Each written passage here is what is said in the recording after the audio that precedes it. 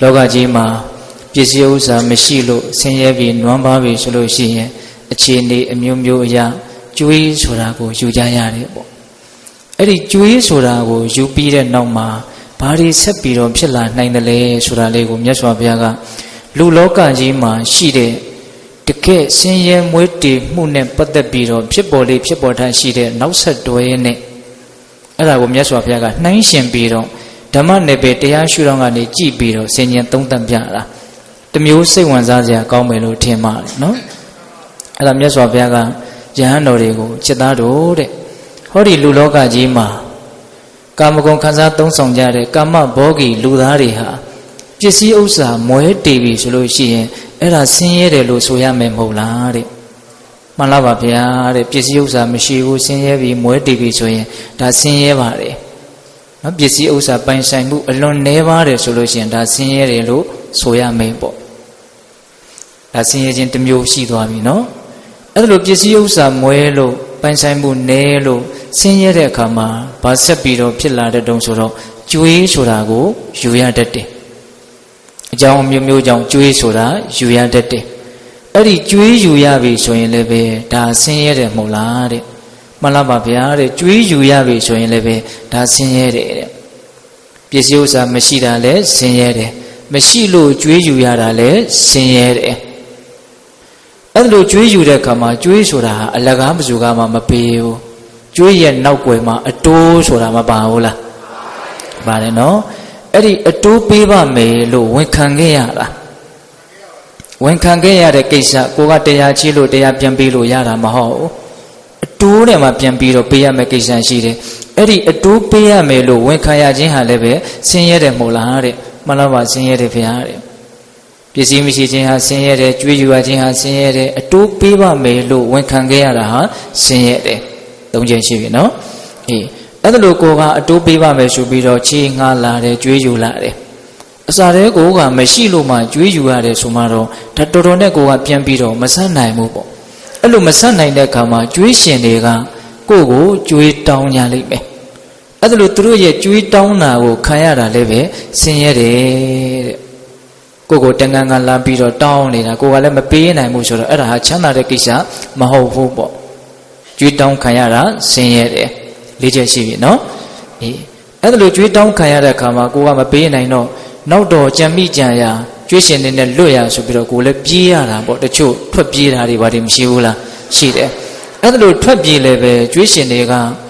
လိုက်မှာပဲတဲ့ဆိုင်ရာပိုင်ရာကနေပြီးတော့အာနာပိုင်ဖွဲ့စည်းတွေနဲ့ဒါဆက်ပြီးတော့ကိုနောက်ကိုလိုက်မှာပဲအဲ့ဒါလိုကြွေးရှင်တွေကကိုယ့်ရဲ့နောက်ကိုလိုက်နေတယ်ဆိုတာလည်းပဲဒါဆင်းရဲတယ်တဲ့ငါးချက်ရှိပြီနော်မရှိတာဟာဆင်းရဲတယ်ကြွေးယူရတာဆင်းရဲတယ်အတိုးပေးပါမယ်လို့ဝန်ခံရတာဆင်းရဲတယ်ကြွေးတောင်းခံရတာဆင်းရဲတယ်ကြွေးရှင်တွေရဲ့တကောက်ကောက်လိုက်နေတာကိုခံရတာဆင်းရဲတယ်နံပါတ်6ဆင်းရဲကဘာလဲဆိုတော့အဲ့ဒါလို့သူတို့ကနောက်ကနေလိုက်ပြီးတော့တောင်းတော်လည်းပဲကိုကမပေးနိုင်ဘူးဆိုတဲ့အခါမှာကိုကိုအမိဖမ်းပြီးတော့မင်းတို့တိခံခွင့်လွတ်ခဲ့တဲ့အချိန်မှများလာပြီအဲ့တော့ဒီတစ်ခါတော့မရဘူးဆိုပြီးတော့လက်ထိတ်ခတ်ပြီးတော့ချီနှောင်တုတ်ဆိုင်ပြီးတော့ခေါ်သွားမယ်ခေါ်သွားတဲ့အခါကျတော့အာဏာပိုင်ဖွဲ့စည်းတွေကဥပဒေကြောင်းအရသူ့ကိုတခါတည်းထောင်လို့သို့မဟုတ်အမျိုးမျိုးအပြစ်ဒဏ်ကိုပေးမယ်ပေါ့အဲ့ဒီအပြစ်ဒဏ်ပေးတာကိုခံရတာလည်းပဲဆင်းရဲတယ်တဲ့6မျိုးနောက်ဆက်ကနိဗ္ဗာန်မှာဟောတာဆိုတော့6မျိုးပေါ့ဆင်းရဲမွဲတေခြင်းကြောင့်ဖြစ်ပေါ်လာတဲ့နောက်ဆက်တွဲဒါလူလောကကြီးမှာဖြစ်ပေါ်နေကြအကြောင်းအရာတွေဘာမှမဆမ်းပါဘူးနော်အေးအဲ့ဒီဖြစ်ပေါ်နေကြအကြောင်းအရာတွေကိုမြတ်စွာဘုရားကဥပမာအနေအမှာထားတာပါဒါကိုအဓိကပြောချင်တာမဟုတ်ဒါလောကကြီးမှာဆင်းရဲပြီဆိုရင်ဖြစ်လိဖြစ်ထရှိတဲ့ကိစ္စတွေပေါ့ပြန်ပြောမယ်နော်ပစ္စည်းဥစ္စာနွမ်းပါရတာဟာဆင်းရဲတယ်မရှိလို့ကြွေးယူရတာဟာဆင်းရဲတယ်အတိုးပေးပါမယ်လို့ဝန်ခံရတာဟာဆင်းရဲတယ်ကြွေးရှင်ကကြွေးလိုက်တောင်းတာဟာဆင်းရဲတယ်ကိုကထွက်ပြေးလို့နောက်ကတကောက်ကောက်လိုက်နေပြီဆိုရင်လည်းဒါဆင်းရဲတယ်နောက်ဆုံးအချုပ်အနှောင်ခံရပြီဆိုရင်တော့ဒါအကြီးအကျယ်ဆင်းရဲပြီဒါကဥပမာပဲရှိသေးတယ်အဲ့ဒါလိုပဲတဲ့ဦးဇင်းတို့ဓမ္မနယ်ပယ်တရားရှုထောင့်ကကြည့်မယ်ဆိုရင်လူသားတစ်ယောက်ဟာယုံကြည်မှုတရားမရှိဘူးနော်မကောင်းတာတွေလုပ်ရပြောရတွေးရမှာကိုရှက်တယ်ဆိုတဲ့ဟိတွေမရှိဘူးမကောင်းတာတွေလုပ်ရပြောရတွေးရမှာကိုကြောက်တယ်ဆိုတဲ့ဥတ္တပမရှိဘူး ကုသိုလ်ကောင်းမှုတွေမှာကြိုးစားအထုတ်မယ်အကုသိုလ်တရားတွေကိုပယ်ဖို့ကြိုးစားအထုတ်မယ်ဆိုတဲ့ဝိရိယမရှိဘူးမှန်မှန်ကန်ကန်သိမြင်နားလေတဲ့ပညာမရှိဘူးဆိုရင်ဟောတရားဘယ်နှလုံးပြောလိုက်တော့5လုံးပြောလိုက်တယ်နော်တတ္တာဟိရိဩတ္တပံဝရိယပညာအဲ့ဒီတရား5လုံးမရှိခြင်းတည်သူတော်ကောင်းနယ်ပယ်မှာအဲ့ဒါလူရှင်းရဲပဲတဲ့စောစောကပစ္စည်းဥစ္စာမရှိဘူးဆိုရင်တော့လောကီနယ်ပယ်မှာသူကလူရှင်းရဲပေါ့ခုသူတော်ကောင်းနယ်ပယ်မှာဓမ္မရှုထောင့်ကကြည့်မယ်ဆိုရင်တတ္တာဟိရိဩတ္တပဝရိယပညာဒီတရား5လုံးမြတ်စွာဘုရားပြောပြတယ်အဲ့ဒီတရား5လုံးမရှိဘူးဆိုရင်အဲ့ဒီပုဂ္ဂိုလ်ဟာလူရှင်းရဲပါတဲ့ဒီနေရာမှာပိဋကပေါင်းသူတော်ကောင်းတို့တတ္တာဟိရိဩတ္တပဝရိယပညာဒီတရား5လုံးရဲ့အဓိပ္ပာယ်ကိုဦးဇင်းတို့အကျယ်ရှင်းပြเสียလိုမယ်လို့မထင်ဘူး။ဘာကြောင့်လဲဆိုတော့ပိဋကတို့ကိုကြည်ရတာတရားနာသက်ရင့်နေပုံရတယ်လို့ဦးဇင်းကထင်တယ်ဟုတ်လား။တရားတရားဆိုတာဘာလဲဟိရိဩတ္တပဝရိယပညာဆိုတာဘာလဲဆိုတာကိုအသေးစိတ်ဦးဇင်းတို့ပြောဖို့အချိန်မရဘူးလို့ပဲဆိုရမယ်။နောက်ထပ်ပြောချင်တာတွေကရှိသေးတာ။နော်။တရားတရားဆိုတာဘုရားတရားတန်ခါရဲ့ဂုဏ်ကျေးဇူးကိုယုံကြည်တာကံကံရဲ့အကျိုးကိုယုံကြည်တာဆိုတာတော့ပိဋကတို့အလုံးသိကြပြီးသားပါဟုတ်လားအေးဟိရိဩတ္တပဆိုတာကမကောင်းတာဟာရှက်เสียလို့နားလည်ပြီးတော့ရှက်တဲ့သဘောမကောင်းတာဟာဆင်းရဲဒုက္ခတည်းဟူသောအကျိုးကျေးဇူးကိုပေးမှဖြစ်တဲ့အတွက်ကြောင့်ကြောက်เสียလို့နားလည်တဲ့အတွက်ကြောင့်ကြောက်တတ်တဲ့သဘောကိုဒါဟိရိဩတ္တပဟုတ်တယ်နော်အေးဝရိယဆိုတာကြတော့သူကအကျဉ်းပြောရင်တော့2ချက်ပေါ့မကောင်းမှုတွေကိုပယ်ရှားဖို့ကြိုးစားတဲ့ဝရိယတွေကောင်းမှုတွေကိုဖြစ်ပွားဖို့ကြိုးစားတဲ့ဝရိယရဲ့လို့ဝရိယကအကျဉ်းမြင့်2ချက်ပေါ့ထပ်ပြီးတော့ဦးဇင်းတို့အခြေချက်မယ်ဆိုရင်တော့ဖြစ်ပြီးသားအကုသိုလ်တွေကိုပယ်ရှားဖို့မဖြစ်သေးတဲ့အကုသိုလ်တရားတွေကိုမဖြစ်အောင်ကြိုးစားမယ်ဆိုတဲ့ဝရိယမဖြစ်သေးတဲ့ကုသိုလ်တရားတွေကိုဖြစ်အောင်ဖြစ်ပြီးသားကုသိုလ်တရားတွေကိုတွတ်တက်ခိုင်မြဲအောင်ကြိုးစားမယ်ဆိုတဲ့ဝရိယဒါဝရိယရဲ့သဘောတဘာဝပေါ့ပညာဆိုတာကြတော့မြတ်စွာဘုရားကကိုရောမြတ်ဟောခဲ့တဲ့ဒေသနာတော်တွေထဲမှာကိုရောတိုင်းအဓိပ္ပာယ်ဖွင့်ဆိုထားတာရှိတယ်ပညာဆိုတာအကျဉ်းမြတ်ဖြင့်ဗာပြောမှလဲဆိုရင်ကိုယ်ခန္ဓာမှာဖြစ်ပေါ်လာတဲ့သဘာဝတရားတွေဖြစ်เสียအကြောင်းရှိလို့ဖြစ်ပေါ်လာတဲ့သဘာဝတရားတွေရှိတယ်ရုပ်သဘာဝနာမ်သဘာဝလို့အကျဉ်းမြတ်ပြောလို့ရမယ်ပေါ့အဲ့ဒီသဘာဝတရားတွေဟာဖြစ်ပေါ်လာပြီးတဲ့နောက်ချုပ်ပြောက်သွားကြတယ်ဆိုတဲ့အချက်ပေါ့ဘာတွေပဲဖြစ်ဖြစ်ခန္ဓာမှာဖြစ်ပေါ်လာတဲ့သဘာဝတရားမှန်သမျှသည်ဖြစ်ပြီးတော့မရှိတော့ပါဘူးနောက်ထပ်ပြီးတော့အတိတ်တွေဖြစ်တယ်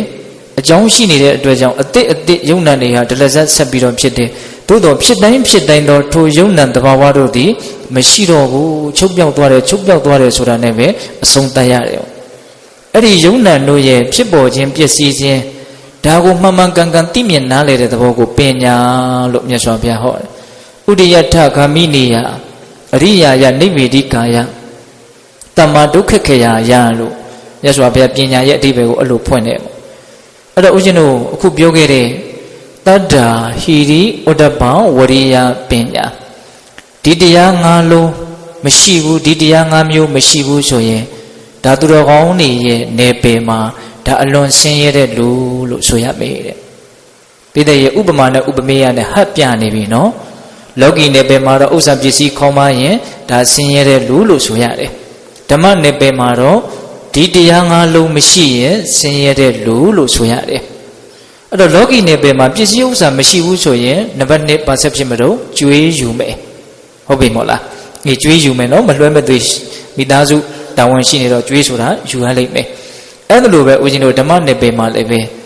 ဒီသူတော်ကောင်းတရား5ပါးခေါင်းမားပြီဆိုလို့ရှိရင်အဲ့ဒီပုဂ္ဂိုလ်ဟာကျွေးယူလိမ့်မယ်တဲ့အဲ့ဒီကျွေးကဘာကျွေးလဲဆိုတော့ဒုစရိုက်ကျွေးပဲတဲ့နော်မကောင်းတာတွေကိုလုံမိသွားတယ်မမှန်တာတွေကိုပြောမိသွားတယ်မသင့်တော်တာတွေယုံညံ့တာတွေကိုတွေးမိသွားတယ်ဒုစရိုက်တရားအကြမ်းမြင်ပြောရရင်ကာယဒုစရိုက်ဝစီဒုစရိုက်မနောဒုစရိုက်လို့ဒုစရိုက်တရား3ပါးအခြေချစ်မယ်ဆိုရင်တော့ကာယဒုစရိုက်က3ပါးတတခိုမှုကာမေတု3ခုကာယကပေတတို့သိတယ်နော်အေးနောက်ဝစီဒုစရိုက်က4ပါးမာယွင်းတဲ့စကားကိုပြောမယ်ဂုံစကားကိုပြောမယ်ကြံထမ်းတဲ့စကားကိုပြောမယ်အနှစ်သာရမရှိတဲ့စကားကိုပြောမယ်ဒါဝစီဒုစရိုက်4ပါးသူတော်ဘာပစ္စည်းမတရားလိုချင်တဲ့အဘိဇ္ဇာသူတော်ဘာကိုဆင်းရဲသွားစေခြင်းနဲ့ဗျာပါဒကံကံရဲ့ကျိုးလောက်ကိုပဲသိမြင်နားလည်မှုမရှိဘဲနဲ့လက်မခံတဲ့သဘောလို့ဆိုရမယ်မိစ္ဆာဒိဋ္ဌိအဲ့ဒါကဘာတော့ မနောဒုစရိုက်3ပါအဲ့တော့ဒုစရိုက်တရား10ပါပေါ့အဲ့ဒီဒုစရိုက်မှုတွေမကောင်းမှုတွေကိုကာယကံဝစီကံမနောကံကံ3ပါးနဲ့လွန်ကျူးမိပြီးပြုမိပြီးဆိုလို့ရှိရင်အဲ့ဒါသူတော်ကောင်းနယ်ပယ်ရဲ့ဩဝါဒရပြောရမယ်ဆိုရင်အဲ့ဒါကြွေးယူတာပဲတဲ့လူလောကကြီးမှာပစ္စည်းဥစ္စာနွမ်းပါလို့ကြွေးယူရတယ်ဆိုတာရှိသလိုဓမ္မနယ်ပယ်တရားရှုထောင့်ကကြည့်မယ်ဆိုရင်သို့တော်ကသူတော်ကောင်းဥစ္စာတရား5ပါးခေါင်းမလို့ဒုစရိုက်တရားကိုပြုမိတာဟာအဲ့ဒါဘာလို့တာတော့ကြွေးယူတာသဘောပေါက်တယ်နော်အေးကြွေးယူပြီဆိုရင်သို့တော်ကဥပမာကိုပြန်ကြည့်ကြွေးဟာကြွေးကြီးပဲရိုးရိုးလေးမရဘူးသူ့ရဲ့နောက်မှာအတိုးဆိုတာရှိတယ်ဟုတ်တယ်မဟုတ်လားအေးအဲ့ဒီမှာလောကီဘက်မှာကြွေးရဲ့နောက်မှာအတိုးရှိတယ်လို့ဓမ္မနယ်ပယ်တရားရှုထောင့်ကကြည့်ရင်မကောင်းမှုဒုစရိုက်ရဲ့နောက်မှာလည်းပဲအတိုးဆိုတာရှိတယ်တဲ့စိတ်ဝင်စားစရာပါပဲဒါမြတ်စွာဘုရားရဲ့တပ်ပညုတဉာဏ်နဲ့ကြည့်ပြီးတော့သာမြတ်စွာဘုရားဟောထားလို့တရားဓမ္မတို့ဥရှင်တို့နားထောင်ဝင်ရတာကိုယ်ပိုင်ဉာဏ်ဖြစ်တာဆိုရင်တော့ဒါတွေကိုသိဖို့နားလည်ဖို့မလွယ်ပါဘူးပဂတိကျွေးမှာပဂတိအတိုးရှိသလိုမဟုတ်တဲ့ဒုစရိုက်မှုတွေကိုလုတ်ပြီးတဲ့နောက်မှာလည်းပဲအတိုးဆိုတာရှိတယ်အဲ့ဒီအတိုးကဘာလဲဆိုတော့ကိုမကောင်းတာလုတ်တာပြောတာတွေးတာကိုလူမသိစေခြင်းမူဆိုတဲ့စိတ်ဖုံးကွယ်လို့တဲ့သဘောဟုတ်လားငါမဟုတ်တာလုတ်တာကိုမသိပါစေနဲ့ဒီကလေးတချို့နှုတ်ကဖွင့်ပြီးတော့ပြောတာရှိတယ်ကာယကံမြောက်တာကိုမသိအောင်ဖုံးကွယ်ကြရတာရှိတယ်စိတ်ထဲကတော့ဘလို့မှမသိစေခြင်းကိုကမကောင်းတာကြီးလုတ်ထားတဲ့ဒါကြီးကိုမသိစေခြင်းပေါ့အဲ့ဒီမသိစေခြင်းနာကြီးကိုကဒါပင်ပန်းနေတဲ့သဘောရှိတယ်ဖုံးကွယ်ရတဲ့သဘောတနည်းအားဖြင့်ဟန်ဆောင်ရတဲ့သဘောလည်းရှိတယ်လှည့်စားရတဲ့သဘောလည်းရှိတယ်မဟုတ်တာလုတ်ပြီးတဲ့နောက်မှာမဟုတ်တာကိုလူမသိစေခြင်းတဲ့စိတ်တီကောင်းတဲ့စိတ်တစ်ခုတော့မဟုတ်ဘူး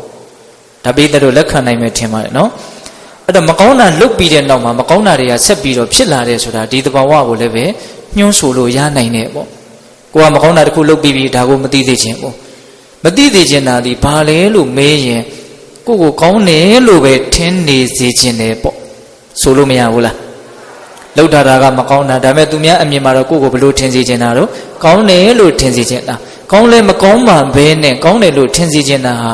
ာဒါမုံမြတ်တဲ့သဘောလို့ဆိုနိုင်မလားမဆိုနိုင်ဘူးဒါကြောင့်အဲ့ဒါဒီပင်လည်းဖုံးကွယ်ဖို့ကြိုးစားရခြင်းဒီပင်လည်းအဲ့ဒါဘာဖြစ်နေတာလဲတော့အတိုးတက်နေတာတဲ့ကြောက်เสียပါပဲเนาะမကောင်းမှုတိုင်းရဲ့နောက်ွယ်မှာအတိုးဆိုတာရှိတယ်အဲ့ဒီအတိုးကဘာလဲဆိုတော့ဖုံးကွယ်ရခြင်းသူများမသိစေခြင်းသို့တော်လည်းလောကတဘာဝမသိဘူးဆိုတာလည်းပဲအရာခတ်သိမ်းဖုံးကွယ်လို့မရပါဘူးဟုတ်လားအ ਨੇ ဆုံးတော့ပြုမိတဲ့မိမိကိုယ်တိုင်ကတော့သိမယ်ပေါ့လောကကြီးကိုသိနိုင်မြင်နိုင်တဲ့နတ်တွေရှိမယ်တကူအိဋ္ဌိဘက်ရှိတဲ့ပုဂ္ဂိုလ်တွေရှိမယ်ဒါတွေကလည်းပဲသိနိုင်မြင်နိုင်တဲ့အနေအထားမှာတော့မရှိဘူးလားရှိတယ်အေးတကယ်ကတော့ဦးဇင်းတို့တကယ်မကောင်းမှုတွေများလာပြီဆိုရင်တော့ပဝန်းကျင်ကတနေ့တော့တစ်ချိန်တော့သိသွားကြတာပါပဲအဲ့လိုသိတဲ့အခါမှာဒါအကြီးအကျယ်ဆင်းရဲကြရမှာပါပဲဟုတ်လားဒါကြောင့်ပိဿပေါင်းသူတော်ကောင်းတို့မကောင်းမှုပြုတ်ပြီးတဲ့နောက်မှာဖုံးကွယ်လို့စိတ်ဖုံးကွယ်ဖို့ကြိုးစားခြင်းသည်မြတ်စွာဘုရားရဲ့အဆုံးအမမှာအဲ့ဒါဘာဖြစ်တယ်လို့ခေါ်ရတယ်တော့အတိုးတက်တယ်လို့ခေါ်တာပါတဲ့နော်အေးသုံးချက်ရှိသွားပြီနော်အဲ့လိုအတိုးတက်ပြီးတဲ့နောက်မှာ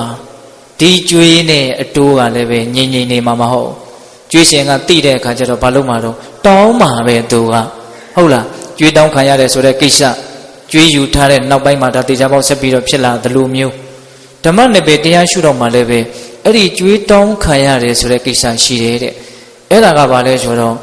့တိကျတဲ့မြင်ရတဲ့ပညာရှိတွေရဲ့ကဲ့ရဲ့ရှုံချခြင်းကိုခံရတဲ့သဘော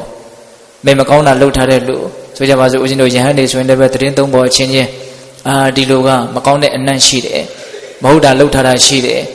အားလုံးရဲ့ပြစ်တင်မှုအထင်သေးမှုရှုံချမှုကိုမဟုတ်တာလှုပ်ထားတဲ့လူတယောက်ဒီရှောင်လို့မရအောင်အဲ့ဒါဒီပင်လေဘာလို့ခံရတယ်လို့ကြွေးတောင်းခံရတာတဲ့နော်ဒါကြောင့်ပိဿပေါင်းသူတော်ကောင်းတို့မဟုတ်တာလှုပ်ထားပြီဆိုလို့ရှိရင်တစ်ချိန်မှာလူတွေကတော့သိတယ်မြဲပါပဲသိပြီဆိုလို့ရှိရင်လည်းပဲအပြစ်တင်ရှုံချကြတယ်မြဲအထင်သေးကြတယ်မြဲပဲအဲ့ဒါဟာဘာဖြစ်ခံရတာတော့ကြွေးတောင်းခံရတာနော်အဲ့လိုကြွေးတောင်းခံရပြီးတဲ့နောက်မှာဘာဆက်ဖြစ်လာတာရှိတော့ကိုကထွက်ပြေးတဲ့အခါကျတော့ကြွေးရှင်တွေကနောက်ကတစ်ခေါက်လိုက်တယ်ဆိုတာမရှိဘူးလားရှိတယ်ဒါကလောကီမှာကြွေးနဲ့ပတ်သက်တဲ့နောက်ဆက်တွဲပေါ့အဲ့လိုပဲဦးဇင်းတို့ဓမ္မနယ်ပယ်မှာလည်းပဲကြွေးရှင်တွေကနောက်ကတစ်ခေါက်လိုက်တယ်ဆိုတာရှိတယ်တဲ့အဲ့ဒါကဘာကိုပြောတာတုံးဆိုတော့ကိုကစိတ်ငြိမ်ရရက်ချင်းကပ်ပြီးတော့ကောင်းတာလေးလှုပ်တော့မယ်လို့စိတ်ကူးတဲ့အခါမျိုး ဒါကယဟန်နေဆိုရင်ပြောပါတယ်နောက်လူတွေဆိုရင်လို့ရှိရင်လည်းပဲငါကောင်းကောင်းမွန်မွန်လေးတော့နေအောင်မှာပါပဲလို့အဲ့လိုမျိုးအေးအေးချမ်းချမ်းလေးနေခြင်းနဲ့စိတ်ကလေးပေါက်လို့နေမယ်ကြံလိုက်ရင်ကိုကမဟုတ်တာကိုလှုပ်ထားရင်လှုပ်ထားတဲ့တော့အဲ့ဒါကြီးကနောင်တတရားတစ်ခုအနေနဲ့ဟုတ်လားနောင်တတရားတစ်ခုအနေနဲ့ကိုဆွတ်ဆွဲပြီးတော့အဲ့ဒီအတွေးကြီးကနေကိုကရုံးမထွက်နိုင်မဲနဲ့အဲ့ဒီနောင်တရဲ့နှိမ့်ဆက်မှုကိုခံရတာအဲ့ဒါဘာဖြစ်တာတုံးဆိုတော့ကျွေးရှင်ကတကောက်ကောက်လိုက်တာတဲ့ဘယ်ပြေးလို့မှမလွတ်ဘူးနော်တခါကြီးတမိုင်းများဘာလို့ဆိုကိုမဟုတ်တာလှုပ်ထားတာကိုကိုကသိတာ哦ဒါအလွန်အကျူးမဟုတ်တာလှုပ်ထားရင်လှုပ်ထားသလောက်အဲ့ဒီအနောင်တရဲ့နှိမ့်ဆက်တာကိုခံရမယ်ဒါကြောင့်ပိဿပေါင်းသူတော်ကောင်းတို့တချို့မကောင်းမှုအသေးအမွားလေးတွေလုံးမိရင်လည်းပဲကုတ်ဆဆိုတဲ့နောင်တမရအောင်ကြိုးစားအထောက်ဖို့လိုအပ်တယ်ဟောပုထုတဲ့တဘာဝမှားတတ်တဲ့သဘောရှိတယ်သို့တော့ငါတိတတ်တဲ့အချိန်ကစပြီးတော့တိတဲ့အချိန်ကစပြီးတော့ဒါကိုငါမဖြစ်အောင်ကြိုးစားမယ်ဆိုပြီးတော့ကိုတက်နေနေများတီဆောက်ရမယ်ပြုပြင်ရမယ်ပေါ့အဲ့ဒါတို့တဖြည်းဖြည်းနဲ့ကောင်းမလာပြီဆိုရင်တော့စောစောကပြောတဲ့နောင်တဟာနဲသွားစရာအကြောင်းမရှိဘူးလားရှိတယ်နောင်တကိုဘယ်တော့မှမလွတ်ရဘူးအမြဲတမ်းခံနေရမယ်လို့ဆိုလိုတာမျိုးတော့လည်းမဟုတ်ဘူးပေါ့သို့တော့မကောင်းမှုနဲ့နောင်တဆိုတာကတော့ဆက်နေတာကတော့အမှန်ပဲဟုတ်ရဲ့လားမကောင်းမှုကြီးရင်ကြီးသလောက်နောင်တကလည်းကြီးနိုင်တယ်ကျွေးကများရင်များသလောက်ကျွေးရှင်ကတော့လိုင်းမှာပဲသူကအဆုံးရှုံးမခံနိုင်ဘူးလေဟုတ်တယ်မဟုတ်လားတုံးတယုံကျွေးလောက်ဆိုရင်တော့သူကခြေရင်လည်းခြေလိုက်နိုင်မယ်လိလူရှုရင်လည်းပဲရှုနိုင်မယ်ပေါ့ဒါကဥစဉ်ကညံမိသလောက်ကလေးစဉ်းစားကြည့်တာပါဟုတ်လားဒါကြောင့်မကောင်းမှုပြုတ်ထားတယ်ဆိုတဲ့ကျွေးရဲ့နောက်ွယ်မှာကျွေးတောင်းခံရတယ်ဆိုတဲ့ပညာရှိသူတော်ကောင်းတို့ရဲ့ကဲ့ရဲ့ရှုံချခြင်းကိုခံရတဲ့အပိုင်းရှိတယ်လို့မိမိရဲ့နောင်တတရားကမိမိကိုလိုက်ပြီးတော့နှိမ့်ဆက်နေတာမျိုးဘယ်သွားဒါကြီးကတည်နေတယ်ဒီအရာကြီးကတွေးမိနေတယ်ဒါဘာဖြစ်ခံရတာတော့ကျွေးတောင်းခံတကောက်ကောက်လိုက်ခံရကျွေးရှင်တွေကနောက်ကတကောက်ကောက်လိုက်တယ်စဉ်းစားစရာတွေတော့အများကြီးရှိတာပေါ့နော်မကောင်းမှုနဲ့ပတ်သက်ပြီးတော့ပုထုသင်္တဘာဝတူကိုမကောင်းမှုဆိုတာကင်းနိုင်ကြတာမဟုတ်အဲ့ဒီမကောင်းမှုအကြီးအသေးပုံမှာမူပြီးတော့ဒီရိုက်ခတ်ချက်တွေဆိုတာရှိတယ်ရှိတတ်တယ်ဆိုတာကိုနားလည်ဖို့မလိုဘူးလားလိုတယ်အဲ့လိုဦးဇင်းတို့ပဂရိကျွေးမှလည်းပဲကျွေးတောင်းတယ်ကျွေးရှင်ကလိုက်တယ်တောင်းလို့မရဘူးဆိုရင်နောက်ဆုံးသူကအချုပ်နှောင်ခံရမယ်ပေါ့အဲ့လိုပဲဓမ္မနယ်ပယ်တရားရှုတော်ကနော်သူတော်ကောင်းတရား၅ပါးခေါင်းပါလို့မကောင်းတာကိုလုံးမိပြီဆိုလို့ရှိရင်အဲ့ဒါတစ်ချိန်မှာအချုပ်နှောင်ကြတာနဲ့တူတဲ့ငရဲတိရစ္ဆာန်တိတ္တအတုရကေဆိုတဲ့အပေလေးပုံကိုရောက်သွားတတ်တယ်အဲ့ဒါဟာသူတော်ကောင်းနယ်ပယ်မှာအချုပ်နှောင်ခံရတာပဲတဲ့လောကီနဲ့လောကုတ္တရာလောကရေးရနဲ့ဓမ္မရေးရနော်တူညီတဲ့အပိုင်းလေးတွေမရှိဘူးလားရှိတယ်နော်ဒါစိတ်ဝင်စားစရာလေးတွေပါပဲဟုတ်လားဒီမှာလာပြီးတော့အဝင်ခွင်ကြတူးမနေဘူးလားတူးနေတယ်လောကီလိုလည်းပဲကျွေးမပေးနိုင်ရင်တော့ထောင်ကျနိုင်တာပဲဟုတ်လားဓမ္မနယ်ပယ်ကကြည့်မယ်ဆိုရင်လည်းပဲသူတော်ကောင်းတရားခေါင်းပန်းလို့စောစောကပြောခဲ့တဲ့တရားဟိရိဥတ္တပဝရိယပညာခေါင်းပန်းလို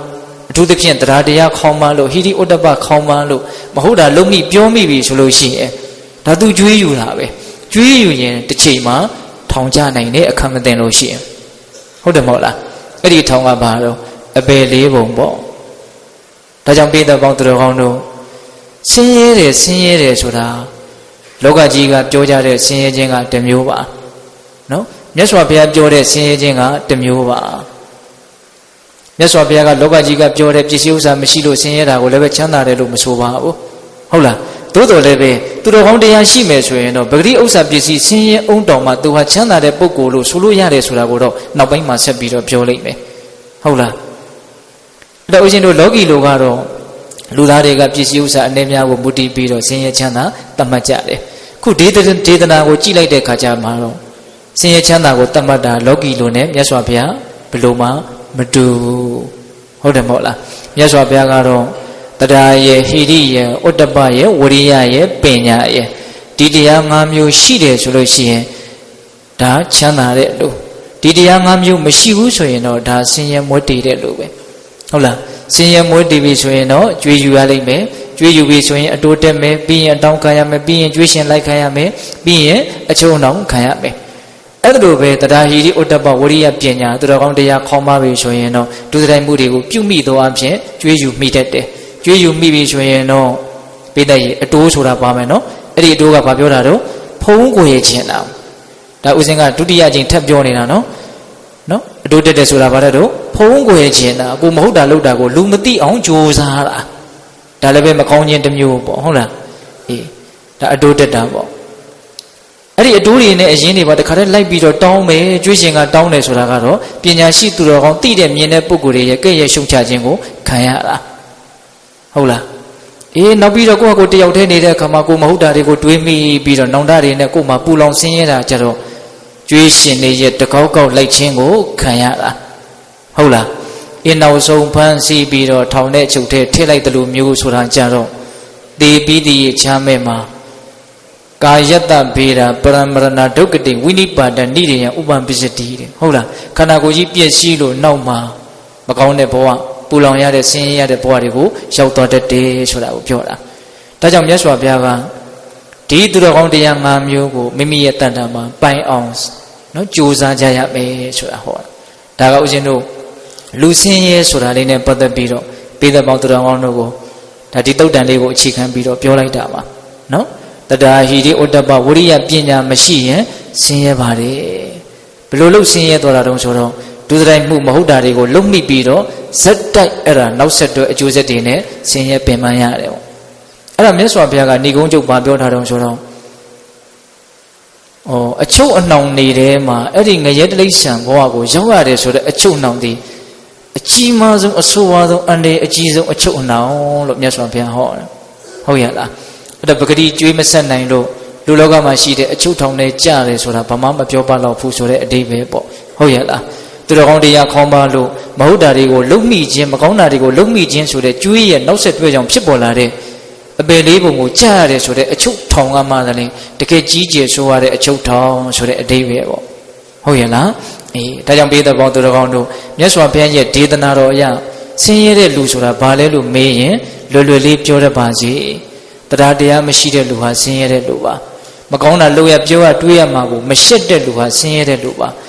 ါအကုသိုလ်တွေကိုမကြောက်တတ်တဲ့လူဟာဆင်းရဲတဲ့လူပါအကုသိုလ်ကိုပယ်ဖို့ကုသိုလ်ကိုဖြစ်အောင်ကြိုးစားအထောက်မှုမရှိတဲ့ဝရိယမရှိတဲ့လူဟာဆင်းရဲတဲ့လူပါ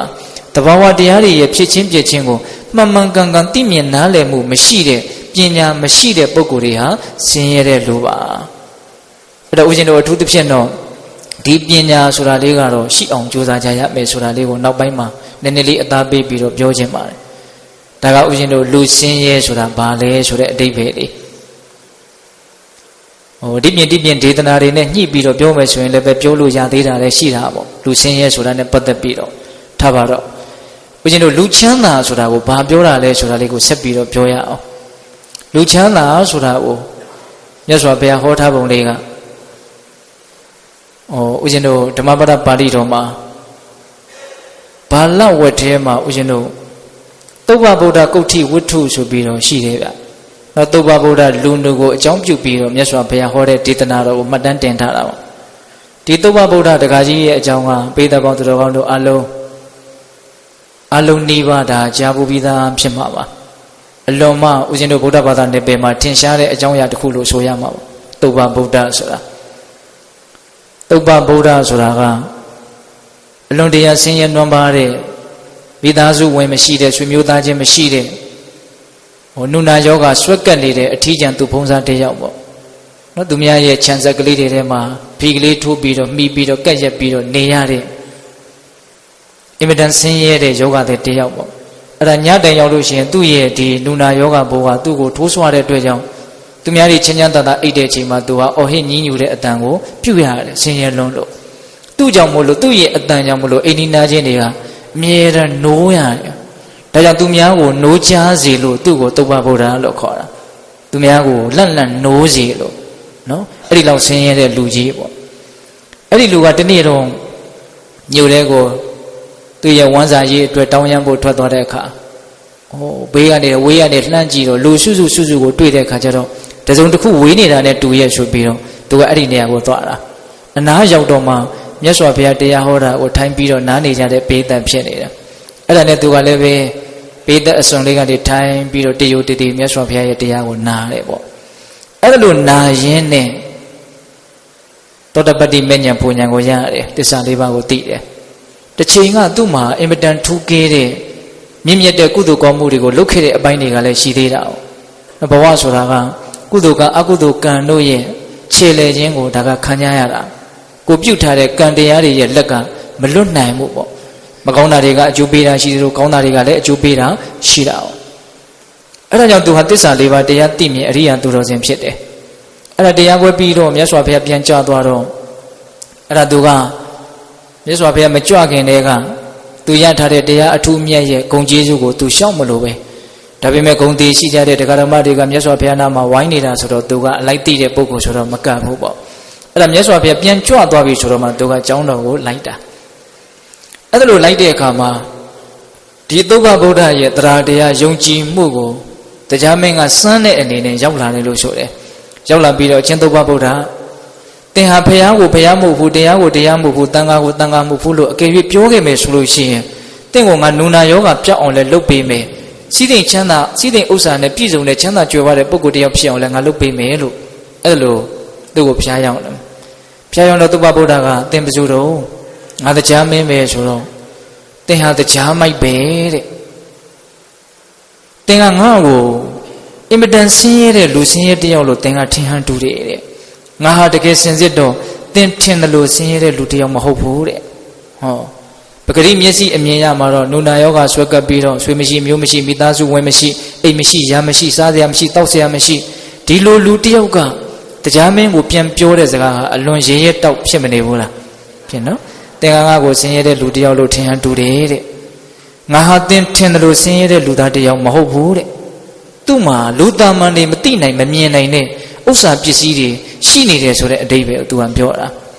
အဲ့ဒီနေရာမှာသူပြောတဲ့ဥစ္စာပစ္စည်းကတော့9မျိုးတောင်သူကပြောထားတယ်နော်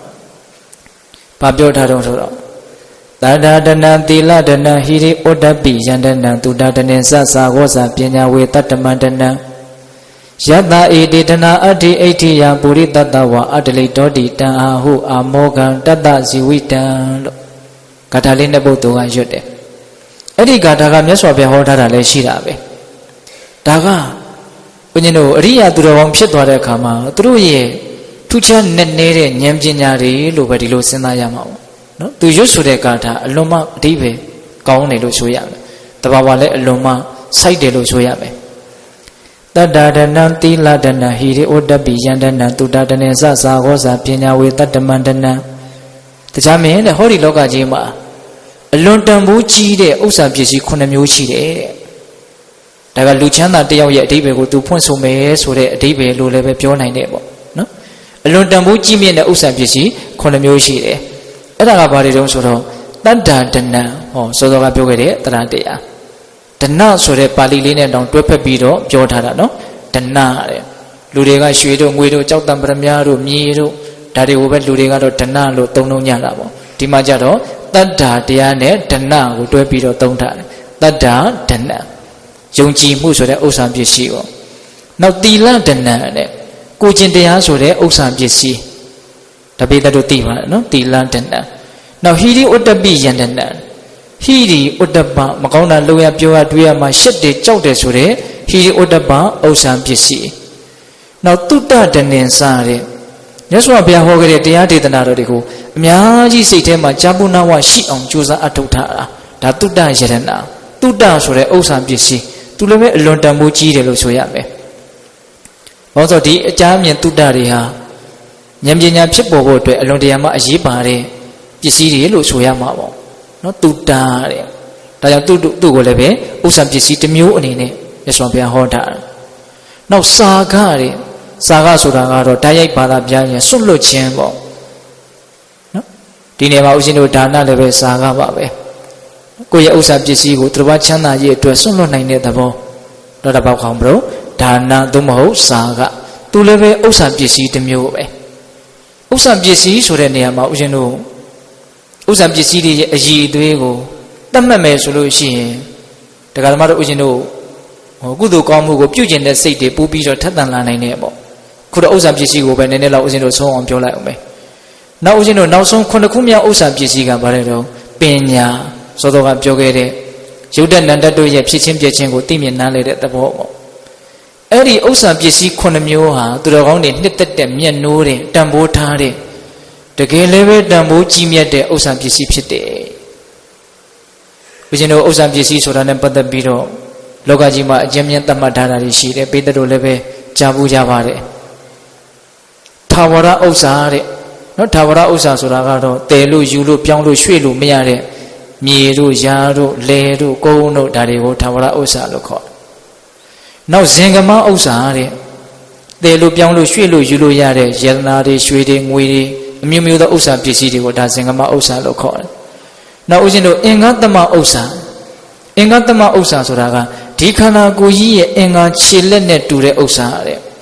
အံ့ဩစရာပဲနော်ဥစ္စာပစ္စည်းကိုမြတ်စွာဘုရားဥမာအမျိုးမျိုးပေးဟောတာခန္ဓာကိုယ်ကြီးရဲ့အင်္ဂါခြေလက်နဲ့တူတဲ့ဥစ္စာအဲ့ဒါကဘာကိုပြောတာတော့ဆိုတော့အတမွေးဝမ်းကြောင်းမှုပညာရက်တစ်ခုခုကိုကျွမ်းကျင်ကျင်တက်မြောက်ထားတဲ့သဘောကိုပြောတာသူကဒါဥစ္စာပစ္စည်းထဲမှာတော့တော်တော်အကြီးအသွေးမြင့်တဲ့ဥစ္စာပစ္စည်းတစ်မျိုးလို့မဆိုနိုင်ဘူးလားဆိုနိုင်တယ်နောက်ဦးဇင်းတို့အနုခာမိကဥစ္စာတဲ့ဟောနောက်ဆုံး၄ခုမြောက်ဥစ္စာပစ္စည်းဒါလေးကဦးဇင်းတို့စိတ်ဝင်စားတဲ့အလွန်ကောင်းတယ်ပေါ့အနုခာမိကဆိုတာကမိမိသွားရနောက်မှာအမြဲတမ်းပါမယ်ပေါ့သူ့ကိုနဲ့မကွဲမကွာအမြဲတမ်းဆောင်ထားလို့ရတဲ့အရေးအသွေးရှိတယ်သူ့ကိုထားခဲ့เสียမလို့ဘယ်အချိန်မှာပဲဖြစ်ဖြစ်သူနဲ့ကိုယ်နဲ့ဟာရှိနေတယ်လူတွေကလည်းသူ့ကိုမမြင်နိုင်ဘူးမမြင်နိုင်တဲ့အတွက်ကြောင့်လူယူလို့လည်းမရဘူးအနိုင်ထက်ပြုတ်ပြီးတော့ယူလို့လည်းမရဘူးအစီရောအနုဂါမိကောလို့လည်းမြတ်စွာဘုရားဟောတာရှိတယ်အတ္တရဏမင်းကြီးတံဘယ်သူနဲ့မှမဆက်ဆံဘူးเนาะဒီအနုဂါမိကဥစ္စာဆိုတာအဲ့ဒီဥစ္စာပစ္စည်းဆိုတာဘာပြောတာလဲဆိုတော့ယခုနကသူတော်ကောင်းယတနာတွေဒါနသီလသမာဓိပညာဆိုတဲ့ကုသိုလ်ကောင်းမှုတွေကိုဒါအနုဂါမိကဥစ္စာလို့ခေါ်တယ်သူကမိမိနဲ့အမြဲတမ်းမကွဲမကွာရှိနေမဲ့တရားဘယ်လောက်ထိသူကကိုယ့်ပုံမှာတစ္ဆာရှိလဲဆိုရင်ဒီခန္ဓာကိုယ်ကိုစွန့်ရတဲ့တနေ့မှတောင်သူဟာကိုယ့်ကိုစွန့်မသွားဘူးအဲ့ဒါလောက်ထိသူကအာမခံချက်ရှိတယ်အည်အသွေးမြင့်မားတယ်ပေါ့ဒါကြတော့မလို့ဦးဇင်းတို့ဘဝမှာပစ္စည်းဥစ္စာတစ်ခုရဲ့တန်ဖိုးကိုတိုင်းတာမယ်ဆိုရင်အဲ့ဒီအချက်လေးတွေကထည့်သွင်းပြီးတော့စဉ်းစားဖို့လိုမယ်ပေါ့ပဂတိရှိတဲ့ဥစ္စာပစ္စည်းတွေကတော့ဘလောက်ပဲကိုကကံဉာဏ်တွေဝိရိယတွေကောင်းလို့မပြောက်ပြက်အောင်တိုးတက်အောင်ထိမ့်သိမ်းစောင့်ရှောက်နိုင်ပါတယ်ဆိုအောင်တောင်မှဒီခန္ဓာကိုယ်ကြီးပြည့်စည်ပြီးသေပြီးဆိုတာနဲ့အဲ့ဒါဟာကိုယ်ပစ္စည်းတွေပါလို့ပြောလို့မရတော့တာတော့အသေးချာပဲမဟုတ်လားအေးအခုပြောနေတဲ့တရားဟိရိဩတ္တပဝိရိယပညာသီလသုဒ္ဓစာကဒီယတနာဥစ္စာပစ္စည်းတွေဟာအနုခာမိကနော်မိမိရဲ့နောက်မှာအစဉ်အမြဲပါတယ်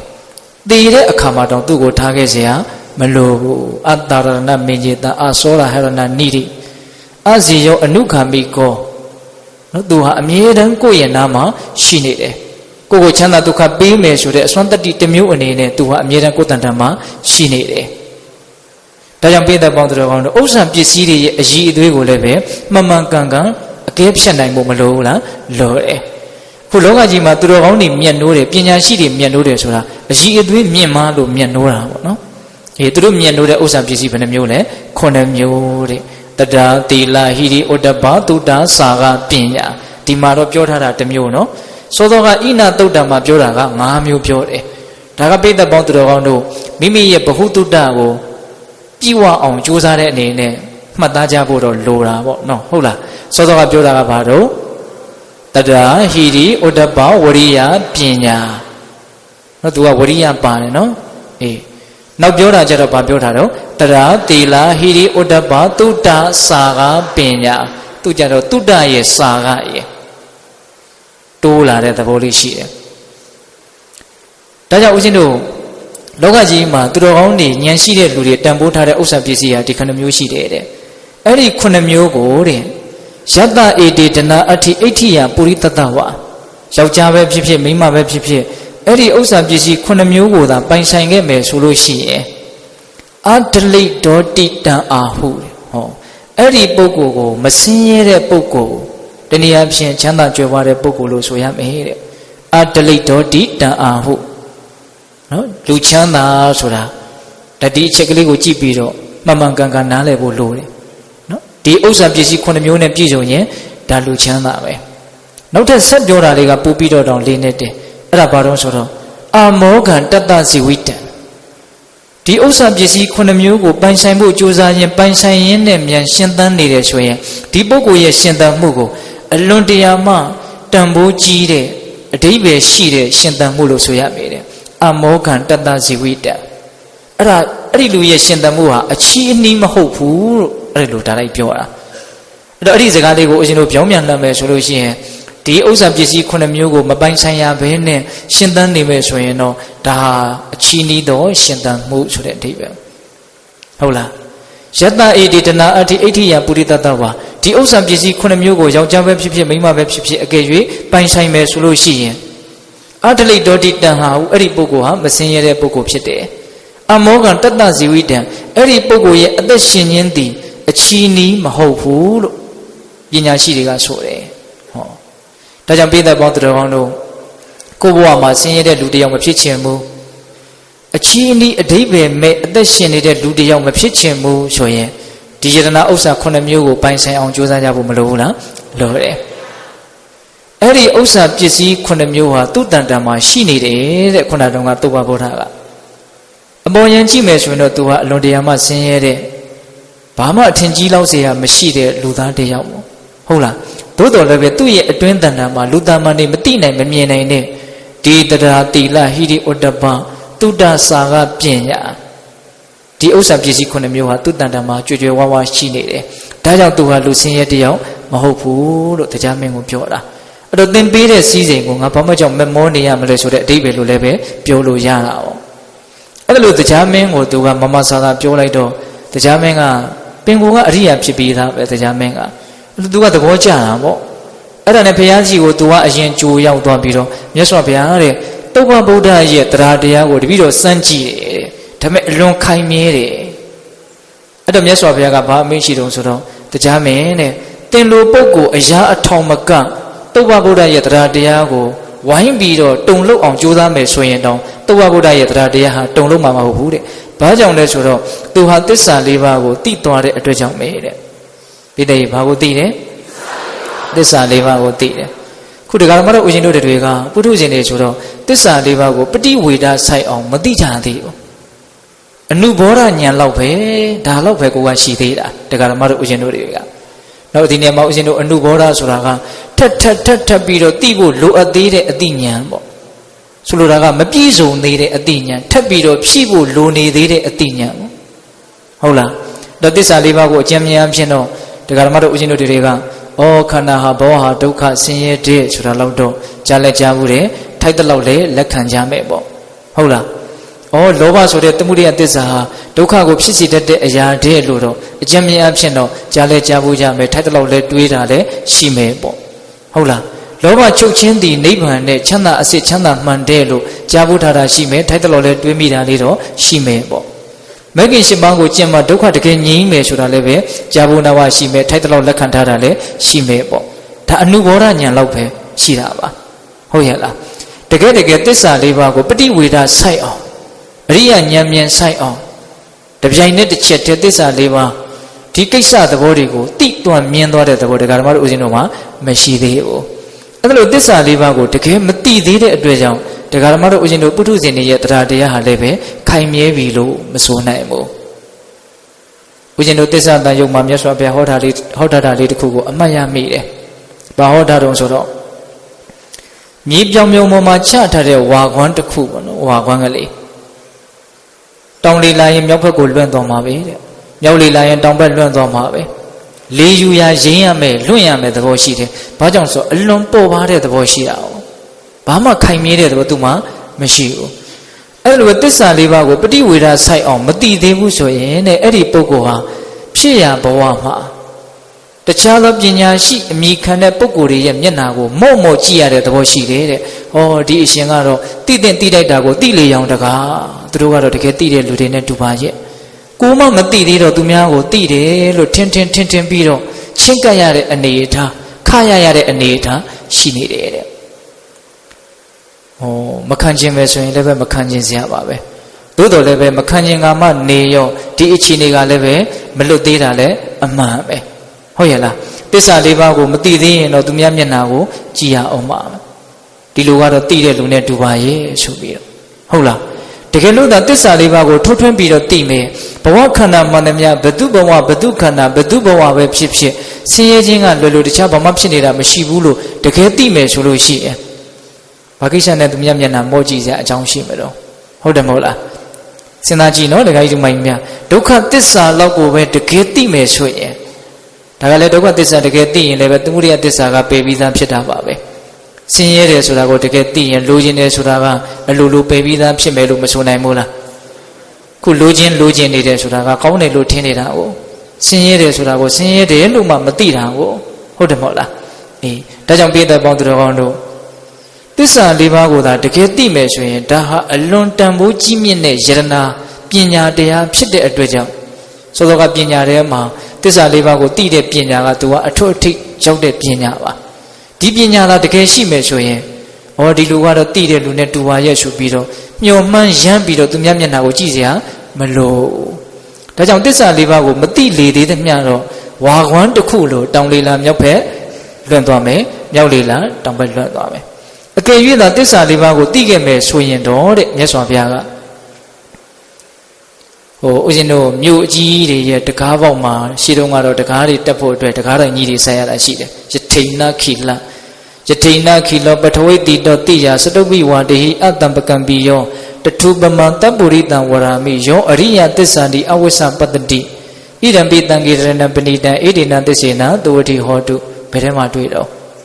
ယရဏသုတ်ထဲမှာဟုတ်လားအဓိပ္ပာယ်ကဘာပြောတော့အလွန်ခိုင်မြဲစွာစိုက်ထားတဲ့တကားတိုင်းကြီးတွေနော်မြေကြီးတွေကိုလည်းပဲ၈တောင်လောက်ဝင်အောင်စိုက်ထားတယ်မြေပေါ်မှာ၈တောင်ပေါ်နေတယ်အဲ့ဒီလောက်ကြီးထိခိုင်မြဲအောင်စိုက်ထားတဲ့တကားတိုင်းတွေဟာအရက်လေးမျက်နှာကလာတဲ့လေတို့ကြောင့်တုန်လှုပ်တယ်ဆိုတာသူ့မှာမရှိဘူးတဲ့ယတိနာခိလောပထဝိတိတောတိယစတုပိဝါတေဟိအတ္တံပကံပိယောအရက်လေးမျက်နှာကလာတဲ့လေတွေကြောင့်တုန်လှုပ်တယ်ဆိုတာမရှိဘူးအဲ့ဒါလိုပဲအရိယသစ္စာ၄ပါးကိုသိသွားပြီဆိုရင်အဲ့ဒီပုဂ္ဂိုလ်ဟာတုန်လှုပ်တယ်ဆိုတာမရှိဘူးသူဟာခိုင်မြဲသွားပြီခုလည်းပဲဦးဇင်းတို့ဒီသုံးပါးဗုဒ္ဓရဲ့တရားတရားဟာတရားမင်းလိုတကူရှိတဲ့ပုဂ္ဂိုလ်ကသွေးဆောင်ဖျားရောက်တော့တောင်မရဘူးမတုန်လှုပ်ဘူးခိုင်မြဲတယ်ဆိုတာသူဘာသိသွားလို့တော့သစ္စာ၄ပါးကိုသိသွားလို့ဟုတ်ရဲ့လားသစ္စာ၄ပါးကိုသိပြီဆိုရင်လည်းပဲသောသောကပြောခဲ့တဲ့ယတနာဥစ္စာပစ္စည်းတွေကိုလည်းပိုင်သွားပြီပေါ့တရားတရားလည်းခိုင်မြဲသွားပြီမကောင်းတာလို့ရပြောရမှာကိုလည်းပဲရှက်တဲ့သဘောကြောက်တဲ့သဘောတွေခိုင်မြဲသွားပြီဟုတ်လားအဲ့ဒါလိုပဲဦးဇင်းတို့ကြံတဲ့ယတနာတွေလည်းပဲသူ့အတိုင်းတာနဲ့သူအရိယာပုဂ္ဂိုလ်တယောက်ရဲ့တဏ္ဍာမှာပြည့်စုံသွားတယ်လို့မဆိုနိုင်ဘူးလားဆိုနိုင်တယ်ဒါကြောင့်သုဘဗုဒ္ဓကတရားမင်းသင်ကငါ့ကိုဆင်းရဲတဲ့လူတယောက်လို့ထင်နေသလားငါဟာသင်ထင်တယ်လို့ဆင်းရဲနှွမ်းပါတဲ့လူတယောက်မဟုတ်ဘူးဆိုပြီးတော့သောသောကဂါထာလေးနှစ်ပုဒ်ကိုရွတ်ပြတာဟုတ်လားအဲ့ဒီမှာသူကလည်းပဲမြတ်စွာဘုရားဒီကိုရောက်လာတာပဲရောက်လာတော့မြတ်စွာဘုရားကိုသူကမြတ်စွာဘုရားရဲ့ဂုဏ်ကျေးဇူးကြောင့်သူသစ္စာ၄ပါးကိုသိတဲ့အရိယာသူတော်ကောင်းတယောက်ဖြစ်လို့သူဟာချမ်းသာတဲ့ချမ်းသာမှန်ကိုရနေပါပြီဝမ်းမြောက်ဝမ်းသာသူလျှောက်တယ်အဲ့ဒါလျှောက်ပြီးတော့သူပြန်လာပဲပြန်တော့ဦးဇင်းတို့နွားမတကောင်ကိုဝင်ပူးထားတဲ့ဘီလူးမကခွတ်တက်လို့သူတင်ရတယ်လို့ဆိုတယ်ဒါကလည်းပဲသူတို့ကအကြောင်းတရားတွေရှိတာဘေးတတို့ကသိပါတယ်ဦးဇင်းတို့သာသနာတော်မှာပုဂ္ဂုတာတိမင်းကြီးရဲ့ဘာဟိယဓာတုစရိယရဲ့ဟုတ်လားပြီးတော့ဦးဇင်းတို့အခုဒီပြောနေတဲ့သုဘဗုဒ္ဓရဲ့နောက်ပြီးတော့တမ္ပဋ္ဌာတိကသူတသမားကြီးရဲ့၄ယောက်ပေါ့အဲ့ဒီ၄ယောက်ကိုဒီဘလူးမကလိုက်တတ်တယ်ဘာလို့တတ်တာတုံးဆိုတော့တခုသောဘဝတုန်းကဒီ၄ယောက်ကတထေတာ၄ယောက်တငယ်ချင်း၄ယောက်ပေါ့အဲ့ဒါပြည့်တသမတယောက်ကိုခေါ်ယူပြောပန်းပြီးတော့အဖို့ကမပေးကျင်တာနဲ့အဲ့ဒီပြည့်တသမမှာဝိဆာရတဲ့ဥစ္စာပစ္စည်းတွေကိုလည်းလိုချင်တာနဲ့ဒီပြည့်တသမကိုအစဖြောက်ဖို့တိုင်ပင်ကြတော့ပြည့်တသမကကြားတယ်ကြားတဲ့ခါကျတော့အတော်ယုံမာတဲ့လူတွေပဲအားရှိလို့ငါ့ကိုအနိုင်ထက်ပြုကြတာအဲ့တော့ရှိစီအောင်တော့တင်တို့တကယ်လို့ငါ့ကိုတတ်ခဲ့မယ်ဆိုရင်ငါဟာသူတို့ကိုဘဝပေါင်းများစွာလိုက်ပြီးတော့တတ်နိုင်တဲ့လူဖြစ်ပါရစေလို့သူကအဲ့လိုအာဃာတအညိုးတွေနဲ့နော်ဒါကိုသူကဆန္ဒပြင်းပြင်းထန်ထန်ပြုတ်ပြီးတော့တည်တယ်လို့ဆိုကြပါပဲစာလို့ပြောရတော့ဆူတောင်းတယ်ပေါ့အဲ့ဒါကြောင့်မို့လို့အဲ့ဒီ၄ယောက်ကိုဘဝပေါင်း100ကျော်လောက်စီလိုက်ပြီးတော့တတ်တယ်လို့ဆိုတယ်အဲ့ဒါဘီလူးမကတတ်တာအဲ့ဒါတည်တဲ့အခါကျတော့နတ်ပြည်ရောက်တဲ့အဲ့ဒီသုဘဗုဒ္ဓကနတ်ပြည်ရောက်သွားတော့လည်းပဲနတ်တွေကအစင်တန်းခွဲခြားတယ်လို့ဆိုတယ်သိလားအံ့ဩစရာပဲဒါစာတွေထဲမှာမှတ်တမ်းတင်ထားတာနော်ဒါဆင်းရဲတဲ့လူကဖြစ်လာတဲ့နတ်ဆိုပြီးတော့သူ့ကိုဆင်းရဲသားနတ်ဆိုပြီးတော့နည်းနည်းအထင်သေးတဲ့သဘောမျိုးရှုံချတဲ့သဘောမျိုးဒါပေမဲ့သူကဉာဏ်အလွန်ကြီးတဲ့ပုဂ္ဂိုလ်ဖြစ်တဲ့အတွက်ကြောင့်သူ့မှာဘုံတကူကတော့မသေးပါဘူးအဲ့ဒီမှာဦးဇင်းတို့ယဟန်တော်တွေကဒီသုဘဗုဒ္ဓမြတ်စွာဘုရားကြီးကိုလမ်းပြီးတော့လျှောက်ပြီးတော့အပြန်ကြတော့နွားခွေလို့သေရတယ် ဘယ်မြန်ရောက်နေရှာမလဲအဲ့လိုမြတ်စွာဘုရားကိုမေးတဲ့အခါမြတ်စွာဘုရားကသူဟာသောတာပန်အရိယာဖြစ်တဲ့အတွက်ကြောင့်တာဝတိနာနတ်ပြည်ကိုရောက်တယ်ဒါနဲ့ရင်အဲ့ဒီလိုသောတာပန်ဖြစ်နိုင်တော့တဲ့ပုဂ္ဂိုလ်တူတယောက်ကဘာကြောင့်အလွန်ဆင်းရဲနွမ်းပါတဲ့အလွန်တရာအောက်တန်းကျတဲ့နုနာယောဂဆွဲကပ်တဲ့လူဆင်းရဲတယောက်ဖြစ်ရတယ်လေဒါကလည်းပဲသူပြုထားတဲ့ကံတရားအားလျော်စွာဖြစ်ရတာတဲ့အဲ့ဒါဘာလဲဆိုတော့တခုသောဘဝတုန်းကသူကအလွန်ချမ်းသာတဲ့မင်းသားတယောက်ဖြစ်တယ်ဘုရင်သားတယောက်ဖြစ်တာပါအာဏာလည်းရှိတယ်ဥစ္စာပစ္စည်းလည်းရှိတယ်အချွေရန်တိုင်းဝဲလည်းရှိတယ်ဆိုတော့မန်တက်เสียအကြောင်းတွေကတော့ပြည့်နေတယ်လို့ဆိုရမှာပေါ့အကြောင်းတွေရှိနေတော့လူဆိုတာလွန်ဆန်နိုင်ခဲ့တယ်မန်တက်เสียအကြောင်းရှိတော့မန်ဆိုတာတက်လာတယ်အကြောင်းရှိရတဲ့ဒါကိုကိုကလုံးဝချုပ်တီးပြီးတော့မဖြစ်အောင်ကြိုးစားမယ်ဆိုတော့ဒါအလွန်တော်တဲ့လူလို့ဆိုရမှာပေါ့သို့တော်လူဆိုတာကမန်တက်เสียအကြောင်းရှိလာရင်မန်ဆိုတာမတက်ဖို့တော်တော်မလွယ်တဲ့ကိစ္စလို့ထင်တယ်အဲ့တော့မန်နဲ့နေတဲ့အခါကျတော့ဒီနေ့တော့တက္ကရာတိခိဆိုတဲ့ပိစေကဗုဒ္ဓအရှင်မြတ်တစ်ပါးကတပိတ်ပိုက်ပြီးတော့ဆုံးခံကြွလာတယ်ဟိုကကိလေသာအသောကုန်ပြီးသားယဟန္တာဖြစ်တဲ့အတွက်ကြောင့်ဘယ်သူကမှအထင်ကြီးတယ်အထင်သေးတယ်ဆိုတာမရှိဘူးသူလန်းသူပုံမှန်သွားတာဒီကမင်းသားကလူမြင်တိုင်းကသူ့ကိုအောက်ကျသူ့ကိုဥနှိမ့်အဲ့ဒါလို့သူ့ကိုပဲပါစားပေးပြီးတော့ဆက်ဆံကြတာကိုပဲအမြဲတမ်းတွေ့နေကြုံနေရတာဆိုတော့ဒီကိုလန်းကိုကိုယ့်ဟာကိုယ်ငြိမ်ငြိမ်စင်စင်သွားနေတဲ့ပိစေကဗုဒ္ဓကိုအလကားနေရင်းနဲ့သူကမျက်မုံကြိုးတယ်အဲ့ဒါနဲ့အဲ့ဒီပိစေကဗုဒ္ဓကိုတတွေးနဲ့ထွေးပြီးတော့ဟိုကဝတ်ထားတာကလည်းပဲပတ်သက်ကိုသင်ကအချုပ်အဆက်အဖာထီးတွေနဲ့ဖြစ်မှာ哦သင်ဟာအနုနဲ့သာတူတော့တယ်ဆိုပြီးတော့သူကအဲ့လိုဝစီကံကလည်းပဲလွန်ကျူးတယ်ပေါ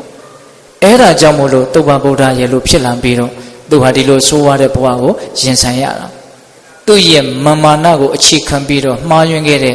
အမှားတစ်ခုရဲ့ဒဏ်ရာဒဏ်ချက်လို့မဆိုနိုင်ဘူးလားဆိုနိုင်တယ်အဲ့ဒီလိုမြတ်စွာဘုရားကသူ့ရဲ့ရှေးအတိတ်အကြောင်းလေးကိုလည်းပြောပြအဲ့လိုပြောပြပြီးတော့ဦးဇင်းတို့ဂါထာလေးတစ်ပုဒ်တော်တော်ကောင်းပါတယ်ဘာဟောထားတော့ဆိုတော့စရန္တိဘာလာဒုံပေတာအမိတ်တေနေဝအတ္တနာကရွန်တပပကံကမ္မယံဟောတိကတုကံဖလံတဲ့အဓိပ္ပာယ်ကဘာပြောတော့ဆိုတော့ဟောဒီလောကကြီးမှာအတိညာဏ်လုံနဲ့မိုက်မဲကြတဲ့ပုဂ္ဂိုလ်တွေဟာအမိတ်တေနေဝအတ္တနာမိမိဒီပင်လေမိမိရဲ့ရန်သူဖြစ်ပြီးတော့တန်တရားကြီးထဲမှာလှည့်လည်နေကြတယ်တဲ့အံ့ဩစရာပါပဲကိုဟာကိုရဲ့ရန်သူဖြစ်ပြီးတော့တဲ့အသုံးနှုံးလေးနော်တတိထားစရာကောင်းတယ်နော်ဘယ်သူကဘယ်သူရန်သူဖြစ်နေတာ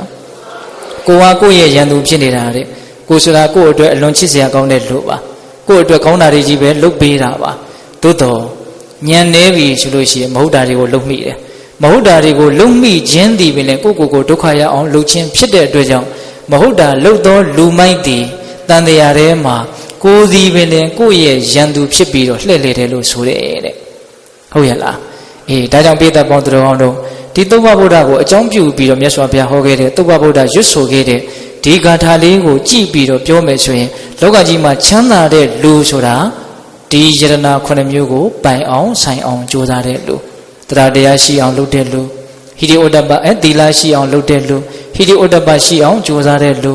ူတုတ္တရှိအောင်လုပ်တဲ့လူစာကရှိအောင်လုပ်တဲ့လူပညာရှိအောင်လုပ်တဲ့လူဟုတ်ရဲ့လာ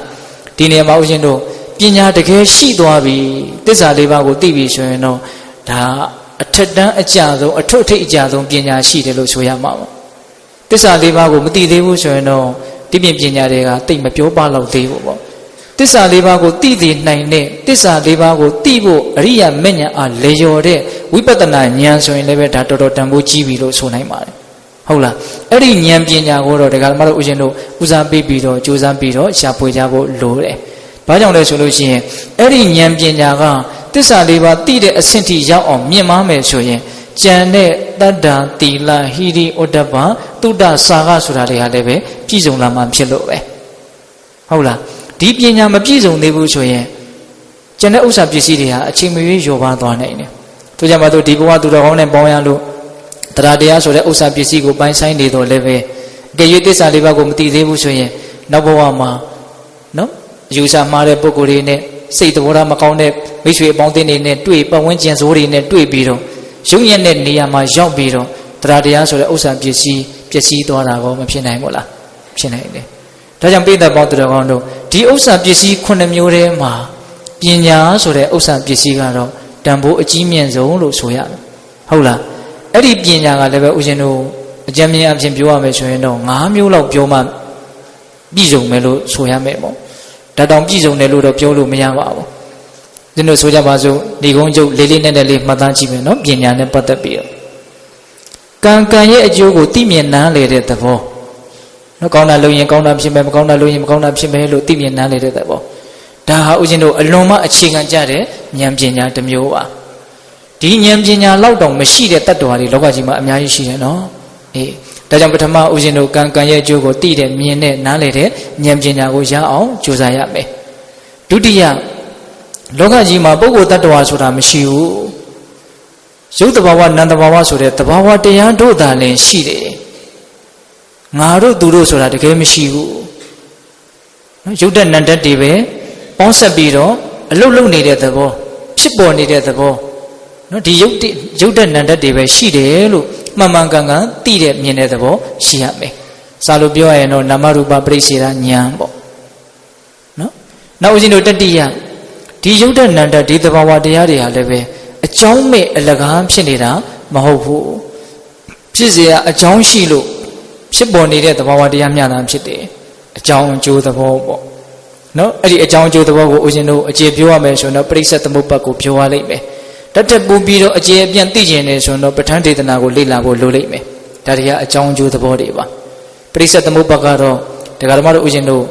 မဖြစ်မနေကိုလေ့လာတဲ့ပညာရက်လို့ဆိုရမှာဟုတ်လားပဋ္ဌာန်းဆိုတာကတော့အလွန်တရာမှနည်းနည်းကျေပြန့်လို့ထားတော့ဟုတ်လားအေးအဲ့ဒါဘာလဲလို့ဆိုလို့ရှိရင်အကြောင်းအကျိုးကိုသိတဲ့နားလေတဲ့သဘောအဲ့ဒါပညာဘယ်နှချက်ရှိပြီတော့၃ချက်ရှိပြီနော်ကမ္မတက္ကတာတမာဒိဋ္ဌိလို့ဆိုတဲ့ကံကံရဲ့အကျိုးကိုသိတဲ့ပညာနော်နာယုတ်မြတာရှိတယ်လို့သိတဲ့နာမရူပပရိစ္ဆေဒဉာဏ်ပညာဟုတ်လားလောကကြီးမှာရှိတာကစိတ်စေတသိက်ယုတ်နိဗ္ဗာန်ဆိုပြီးတော့လေ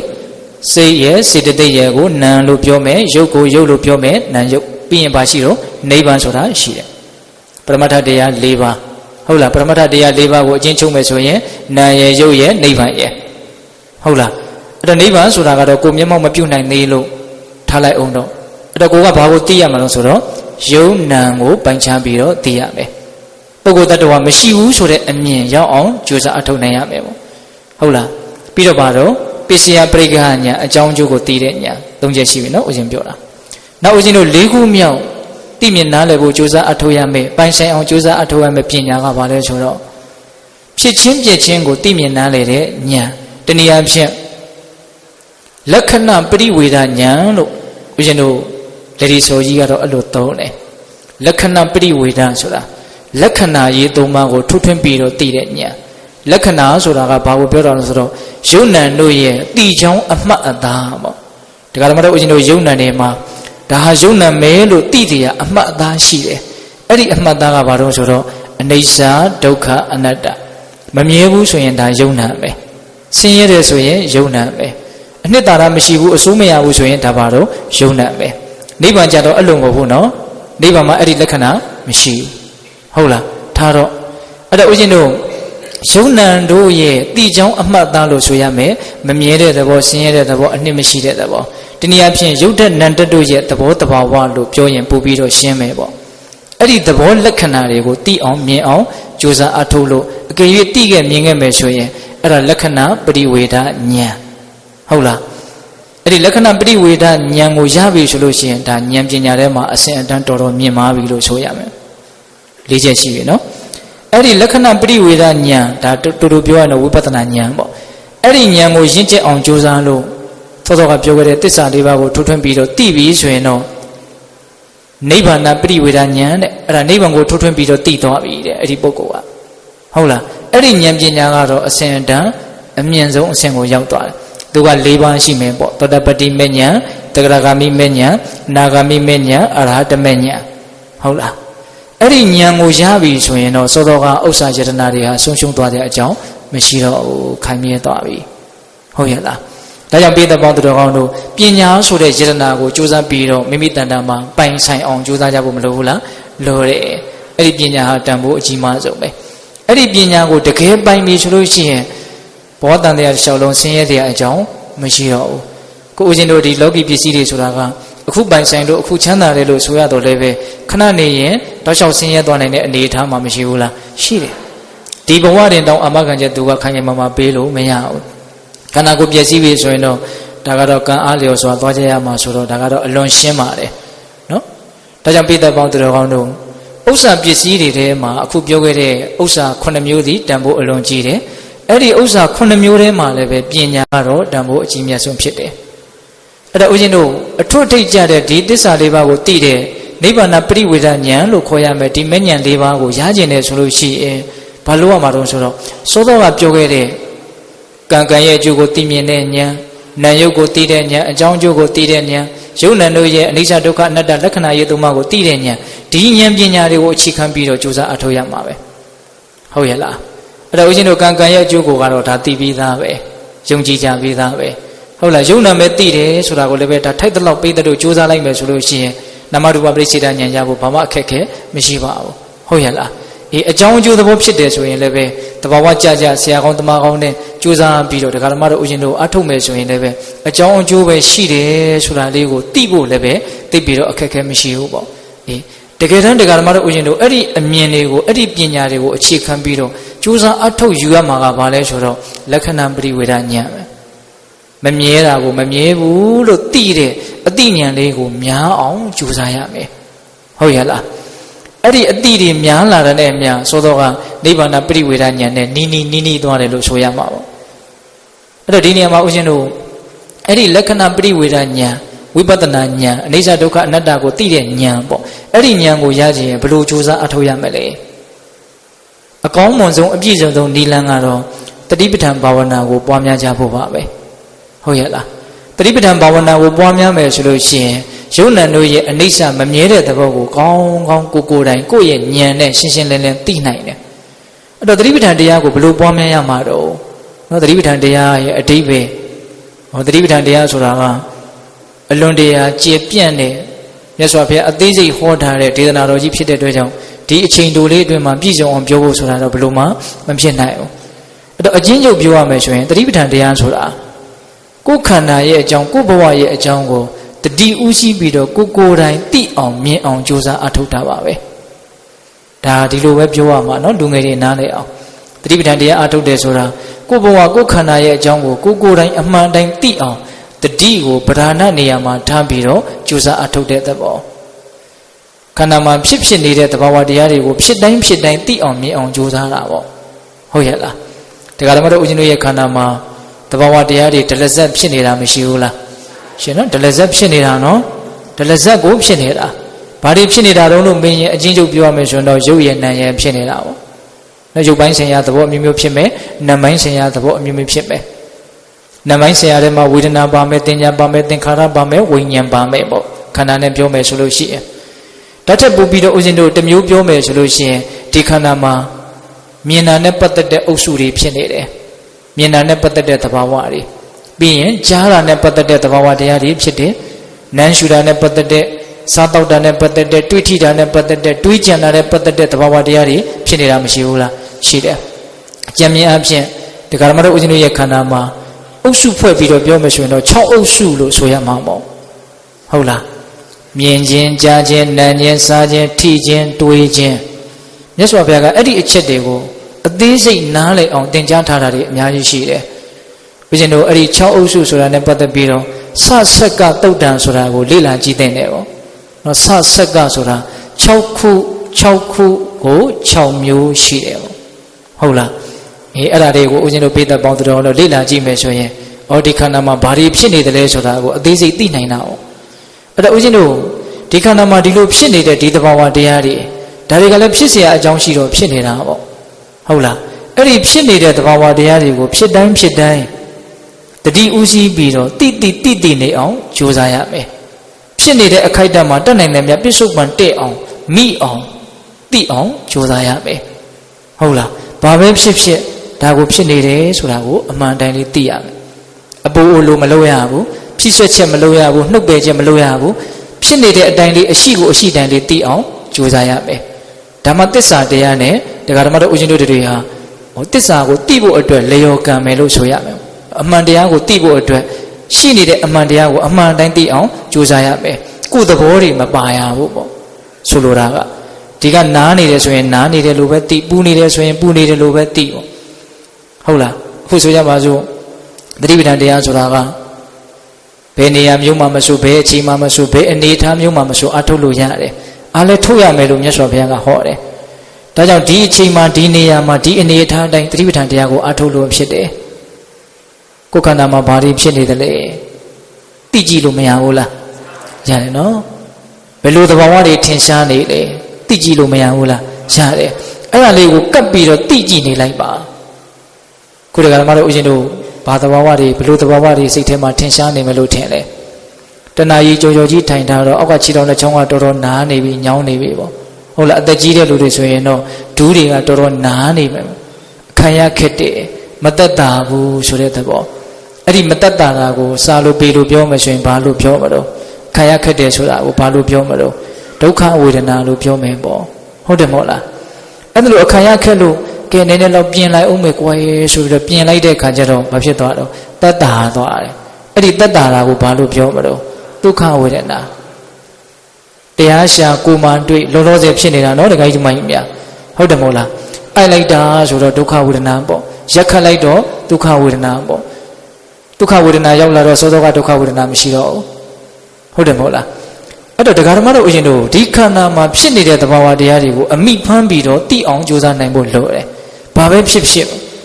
်တရားအထုတ်တဲ့နေရာမှာအဓိကကတော့ဇွဲကောင်းဖို့ပဲဟုတ်လားဘာပဲဖြစ်ဖြစ်အဲ့ဒါကိုတိနေအောင်ကြိုးစားအဲ့ဒါလို့တိနေအောင်ကြိုးစားလို့ရှိရင်တဖြည်းဖြည်းနဲ့ဉာဏ်ပညာကမိမိတဏ္ဍာမှာဖြစ်ပေါ်လာလိမ့်မယ်ဉာဏ်ဆိုတာဖြစ်လာမယ်ဘလို့ဖြစ်လာမှာတော့ဆိုတော့ဒီဖြစ်ပေါ်လာတဲ့သဘာဝတရားတွေဟာနောက်ဆုံးတော့မရှိတော့ဘူးချုပ်ပြောက်သွားတာကြီးပဲလို့ဒီလိုအတိတဖြည်းဖြည်းနဲ့ရလာမယ်ဟိုကဖြစ်နေတဲ့တရားတွေကိုသိတယ်နောက်ထပ်သိစရာဖြစ်နေတဲ့တရားကအမြဲတမ်းရှိနေတာပဲအဲ့ဒါကိုသိတယ်နောက်ထပ်ဖြစ်တာကိုသိတယ်နောက်ထပ်ဖြစ်တာကိုသိတယ်ဒါဥစဉ်ကပြောတာကအလွန်နှေးတယ်မြန်မြန်ဆန်ဆန်ဒါတဲ့သိသွားလို့မရဘူးလားရတယ်အခုဖြစ်နေတာကိုသိတာဖြစ်နေတဲ့အချိန်မှာစောစောကဖြစ်တာနဲ့စောစောကဖြစ်တာကိုသိတဲ့သဘောကမရှိတော့ဘူးလေမရှင်းဘူးလားတခါကြီးမိုင်းများရှင်းနော်စဉ်းစားကြည့်နော်ဓာတုတမယညာစိန်တာမယညာဒါတွေလည်းပဲအသုံးချဖို့လိုတာဟုတ်လားဒါဖြစ်နေတာကိုသိတိုင်းစောစောကဖြစ်တာနဲ့စောစောကဖြစ်တာကိုသိခဲ့တဲ့သဘောဟာအတွဲလိုက်မရှိတော့အဲ့ဒါလိုပဲအခုဖြစ်တာကိုသိတဲ့သဘောကလည်းပဲဟောနောက်တစ်ခါဖြစ်တော့သိတော့အတူလည်းပဲမရှိတော့ပါဘူးဒါအလွန်ခက်ကြဲပြောတာပေါ့အဲ့ဒါလိုတရားဓမ္မတို့ဦးဇင်းတို့တွေကတတိစိတ်အောင်တက်နိုင်တယ်များကြိုးစားအထုတ်မယ်ဆိုလို့ရှိရင်ဩခန္ဓာမှာဘယ်လိုသဘာဝတွေပဲဖြစ်ဖြစ်သိကြတာကတော့ချုပ်ပြောက်သွားတာကြီးပဲဆိုတဲ့အချက်ပေါ့ကောင်းတာပဲဖြစ်ဖြစ်ဆိုးတာပဲဖြစ်ဖြစ်စိတ်တိုင်းကြတာပဲဖြစ်ဖြစ်စိတ်တိုင်းမကြတာပဲဖြစ်ဖြစ်ဒုက္ခလိုပဲဆိုဒုက္ခလိုပဲပြောရုပ်လိုပဲပြောနာမ်လိုပဲပြောဘာပဲပြောပေါ့လေဖြစ်ချင်တာဖြစ်ပါစေဒီခန္ဓာမှာဖြစ်နေတဲ့သဘာဝတရားတွေဟာဘာဖြစ်သွားတော့ချုပ်ပြောက်သွားတာကြီးပဲဒါကိုကသူတို့ရဲ့သဘောကိုသိအောင်သူတို့ပေါ်ဖြစ်ပေါ်နေတဲ့အချိန်မှာကိုကတတိကလေးထားပြီးတော့ကြည့်တဲ့ရမယ်ပေါ့ဘယ်လိုအလုပ်မျိုးမဆိုလုပ်ပါများရင်ကျွမ်းကျင်တဲ့သဘောရှိတာပဲဟုတ်ရဲ့လားအေးဒါကြောင့်ပြေးတဲ့ပေါင်းတော်ကောင်းတို့တတိသာဒီခန္ဓာကိုယ်ပေါ်မှာစွဲမြဲစွာထားနိုင်ဖို့လိုတယ်တတိထားပါများလို့ရှိရင်ဉာဏ်ပညာဆိုတာဖြစ်ပေါ်လာမှာပဲဟုတ်လားတတိမရှိဘူးဆိုတော့ဉာဏ်ကဖြစ်မှာမဟုတ်ဘူးနော်ဒါကြောင့်တတိထားပါများလို့ရှိရင်ဒါရဲ့သဘာဝကိုသိမှာပဲလောကီဥမာနဲ့ပြောရမယ်ဆိုရင်ကြည့်ရင်မြင်မှာပဲလေဟုတ်တယ်မဟုတ်လားဒါကြည့်တဲ့သဘောဟာတတိနဲ့တူတယ်လို့ဦးဇင်းထင်တယ်မြင်တဲ့သဘောဟာပညာနဲ့တူတယ်လို့ဦးဇင်းထင်တယ်နော်ဒါကြောင့်ပိဿပေါင်းသူတော်ကောင်းတို့တတိပဋ္ဌာန်ဒေသနာနည်းနဲ့အညီခန္ဓာကိုယ်ပေါ်မှာဖြစ်ပေါ်လာတဲ့သဘာဝတရားမှန်သမျှကိုယုတ်ကာယတွေပဲဖြစ်ဖြစ်ခံစားချက်ဝေဒနာတွေပဲဖြစ်ဖြစ်စိတ်တွေပဲဖြစ်ဖြစ်ဓမ္မသဘာဝတွေပဲဖြစ်ဖြစ်ဒါတတိရဲ့အာယုံ၄ပါးလို့မြတ်စွာဘုရားအကျဉ်းချင်းခွဲခြားပြီးတော့ပြခဲ့တဲ့ကာယဝေဒနာစိတ်ဓမ္မဟုတ်ရဲ့လားအေးဒီသဘာဝတရားမျိုးစုံအနှစ်ချုပ်ရင်တော့ဒီခန္ဓာကိုယ်ကြီးရဲ့သဘာဝပါလို့မဆိုနိုင်ဘူးလားဆိုနိုင်တယ်နော်ဒီခန္ဓာကိုယ်မှာဘာပဲဖြစ်ဖြစ်ဖြစ်ဆွချက်နှုတ်ပဲချက်မလုပ်ဖဲနဲ့အရှိတိုင်းလေ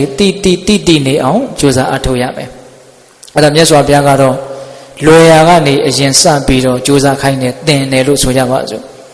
ကာယ ानु ပတနာသတိပဋ္ဌာန်ကတိတာမြင်တာတဲ့ခါကျတော့အဲ့ဒါကိုအရင်မဟောဘူးလားဟောတယ်အဲ့ဒီထဲမှာလည်းဦးဇင်းတို့ဒီဝင်လေထွက်လ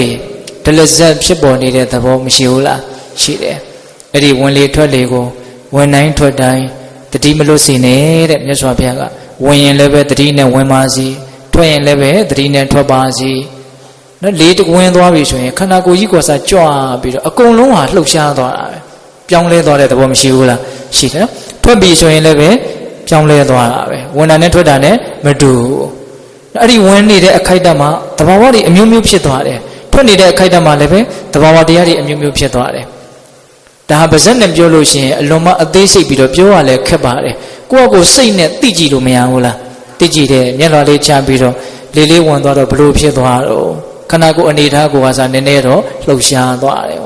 ဟုတ်လားထွက်သွားတော့လေအဲ့ဒီတိုင်းပါပဲအဲ့ဒါလိုပဲနှာသီးပြားကိုတိုးထီသွားတာတွေရှိမယ်ဝမ်းထဲမှာအေးသွားတာတွေရှိမယ်ပြန်ထွက်လာတော့နှွေးလာတာတွေရှိမယ်တဘာဝတရားတွေအမျိုးမျိုးဒါပစုတန်တမှာဖြစ်နေတာတော့ကိုယ်တန်တမှာဖြစ်နေတာဒါဟာအမှန်တရားတွေပဲဟုတ်လားအဲ့ဓာတွေကိုပဲတရားဓမ္မတို့ဦးဇင်းတို့တွေကငါလို့သူလို့ဒါဆွဲလန်းပြီးတော့နေကြတာ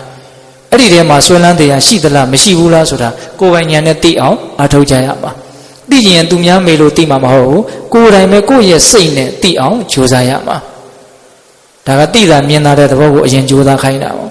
့အဲ့ဒီဝင်လေထွက်လေကိုသိပါများလို့ရှိရင်အထုတ်ပါများရင်မြတ်စွာဘုရားကဘယ်လိုဟောထားအောင်ဆိုတော့အာနာပါနကမ္မထံကိုအထုတ်ရင်တဲ့တတိပဋ္ဌာန်တရား၄ပါးလုံးပြည့်စုံလာလိမ့်မယ်တဲ့ဟောအဲ့လိုတောင်ဟောထားတတိပဋ္ဌာန်တရား၄ပါးကိုပွားများရင်ဘုဇင်9ပါးပြည့်စုံမယ်တဲ့ဘုဇင်9ပါးကိုပွားများမယ်ဆိုရင်တော့ဝိဇ္ဇာဝိမု ക്തി အရိယမဉ္ဇဉ်ပူဉ္ဇဉ်နဲ့ပြည့်စုံမယ်လို့မြတ်စွာဘုရားဟောထားတယ်ဒါကြောင့်ပိဋကပေါင်းသူတော်ကောင်းတို့အာနာပါနတစ်ခုတည်းကိုပဲစွစွမြဲမြဲအထုတ်မယ်ဆိုရင်တော့မဉ္ဇဉ်ပူဉ္ဇဉ်ကိုရနိုင်တယ်ဟုတ်ရဲ့လားဒါပေမဲ့လို့တရားဓမ္မတို့ဦးဇင်းတို့တွေသွားတိုင်းလာတိုင်းပြောတိုင်းဆိုတိုင်းစားတိုင်းတောက်တိုင်းနေတိုင်းထိုင်တိုင်းဒီဝင်လေထွက်လေတစ်ခုတည်းကိုပဲအာယုံစိုက်ဖို့ဆိုတာကြတော့ကိုကလူလောကထဲမှာလူတွေကြားထဲမှာနေရတာဆိုတော့ထင်တဲ့လောက်ကြီးတော့တိတ်ပြီးတော့မလွယ်ဘူးလို့ဆိုရမှာပေါ့နော်ကိုဘုရားကလေးရှင်မှာကိုတိတ်တိတ်ဆိတ်ဆိတ်ထိုင်တဲ့အခါကျတော့အတိတ်ပဲတစ်မျိုးပေါ့နော်ကျန်တဲ့အချိန်မှာကိုကထင်ရှားရာပေါ်ရာဖြစ်ပေါ်ရာနော်အာယုံတွေကိုဒလဇက်နောက်ကအတိကပ်ပြီးတော့တတိကပ်ပြီးတော့နေတဲ့အလေ့ကျင့်တွေကိုပြုစုပြောထောင်သင့်တယ်ပေါ့ဒါဟာကိုကအာနာပါနကမ္မဋ္ဌာန်းကိုအားထုတ်တဲ့အခါမှာလည်းပဲအများကြီးအထောက်အကူပြုနိုင်တယ်ပေါ့နော်ဉာဏ်ပညာလည်းပဲအများကြီးတိုးတက်နိုင်တယ်ပေါ့ဒါကြောင့်တတိကလေးမပြတ်ထားကြဖို့မလိုဘူးလာ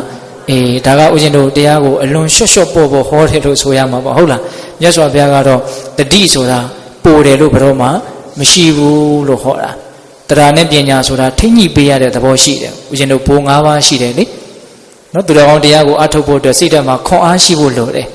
အဲ့ဒီခွန်အားကိုဗလလို့သုံးလုံးတယ်ပေါ့ဘိုးနော်တတ္တဗလံဝရိယဗလံတတိဗလံတမာတိဗလံပညာဗလံဟုတ်လားအဲ့မှာစိတ်ဝင်စားကြကောင်းတာကတရားနဲ့ပညာဆိုတာကအချင်းချင်းထိမ့်ပေးရတဲ့သဘောရှိတယ်တရားတရားကိုပညာနဲ့မထိမ့်ဘူးဆိုရင်အဲ့ဒီတရားကအားတယ်လို့မျိုးဖြစ်တယ်တဲ့ဟုတ်လားသူများပြောရင်ယုံပြီးအဓိပ္ပာယ်မရှိတာတွေရှောက်လို့ဟုတ်လားတရားလွန်ရင်အားတဲ့သဘောရှိတယ်ဒါကြောင့်တရားတရားကိုဘာနဲ့ထိမ့်ရပညာနဲ့ထိမ့်ရမယ်အဲ့လိုပဲပညာကိုလည်းတရားနဲ့ထိမ့်ပေးရတဲ့သဘောရှိတယ်မထိမ့်ရင်ဒီပညာဟာကောက်ကျစ်တဲ့တစ်ဘက်ကိုထိုးဆင်းသွားတတ်တယ်အရာရာသူသိသူတတ်ဘသူပြောတာမှတိတ်လက်မခံတော့ဘဲနဲ့လက်တလုံးကြားလှည့်စားပြီးတော့ဉာဏ်ပညာလွန်လို့ရှိရင်လွန်တယ်ဆိုတဲ့သဘောတည်းဉာဏ်ပညာကိုယုံကြည်မှုနဲ့မထိမ့်ဘူးဆိုရင်အဲ့ဒီဉာဏ်ပညာအန္တရာယ်ရှိတယ်ဟုတ်လားအဲ့လိုပဲဦးဇင်းတို့ဝရိယဆိုတာလည်းပဲတမာတိနဲ့ထိမ့်ရတယ်တမာတိနဲ့မထိမ့်ဘူးဆိုရင်အဲ့ဒီဝရိယကအလွန်ပြန့်လွင့်တဲ့သဘောဖြစ်တယ်ဟုတ်လားအဲ့လိုပဲတမာတိဆိုတာလည်းဝရိယနဲ့ပြန်ထိမ့်ပေးရတဲ့သဘောရှိတယ်မထိန်လို့ရှိရင်အဲ့ဒီတမာရီဟာအိတ်ငိုက်တဲ့သဘောဘက်ကိုတက်ရောက်သွားတယ်ဟုတ်လားဒါကြောင့်တရားကိုပညာနဲ့ထိန်ရတယ်ပညာကိုတရားနဲ့ထိန်ရတယ်တတွဲဝရိယကိုတမာရီနဲ့ထိန်ရတယ်တမာရီကိုဝရိယနဲ့ထိန်ရတယ်တတွဲဟောတတိကြတော့မြတ်စွာဘုရားကဘယ်တော့မှပိုတယ်လို့မရှိဘူးသူ့ကိုထိန်เสียမလို့ကြိုက်တဲ့လောက်ထားလို့ရတယ်အမြဲတမ်းထားရမယ်ဆိုတဲ့အဓိပ္ပာယ်မျိုးဟောတာဟုတ်လားဒါကြောင့်ပိဋကပေါင်းတော်ကောင်းတို့တတိကတော့ရှိလေကောင်းလေဒါကြောင့်ဦးဇင်းတို့တတိပဋ္ဌာန်တရားကိုလေ့လာကြည့်တဲ့အခါမှာတတိလက်လွတ်ပြီးတော့နေရမယ့်အခါဘယ်အခါမှမရှိဘူး။နိုးချားနေတဲ့အခါမှန်တဲ့၍ဘာပဲဖြစ်နေတိနေအောင်ကြိုးစားရမယ်လို့မြတ်စွာဘုရားဟောတာ။ကိုယ့်ရဲ့စိတ်ခံစားချက်တွေပဲဖြစ်ထင်ရှားတဲ့ယုတ်တရားတွေပဲဖြစ်ဘာပဲဖြစ်ပါဖြစ်တာကိုသာသိအောင်ကြိုးစားရင်တဖြည်းဖြည်းနဲ့ဒီဖြစ်ချင်းသဘောတရားတွေဟာပြည့်ချင်းသဘောတရားနဲ့အဆုံးသတ်သွားတာပဲလို့သူနားလည်မယ်ပေါ့။ဟုတ်ရဲ့လား။ အဲ့လိုသိပြီဆိုလို့ရှိရင်ဒါဘာခေါ်မလို့စောစောကပြောခဲ့တဲ့လက္ခဏာပရိဝေဒဉာဏ်ယုံ nant တွေဟာဖြစ်ချင်းပြည့်ချင်းသဘောရှိတယ်ဆိုတာကိုသူကိုယ်တိုင်မသိပေဘူးလားသိတယ်ဒါကြောင့်ပေသက်ပေါင်းတော်ကောင်းတို့ဒီဉာဏ်ပညာကိုတော့ဦးစားပေးပြီးတော့ကြိုးစားအထောက်ကြဖို့မလိုဘူးလားလိုပါတယ်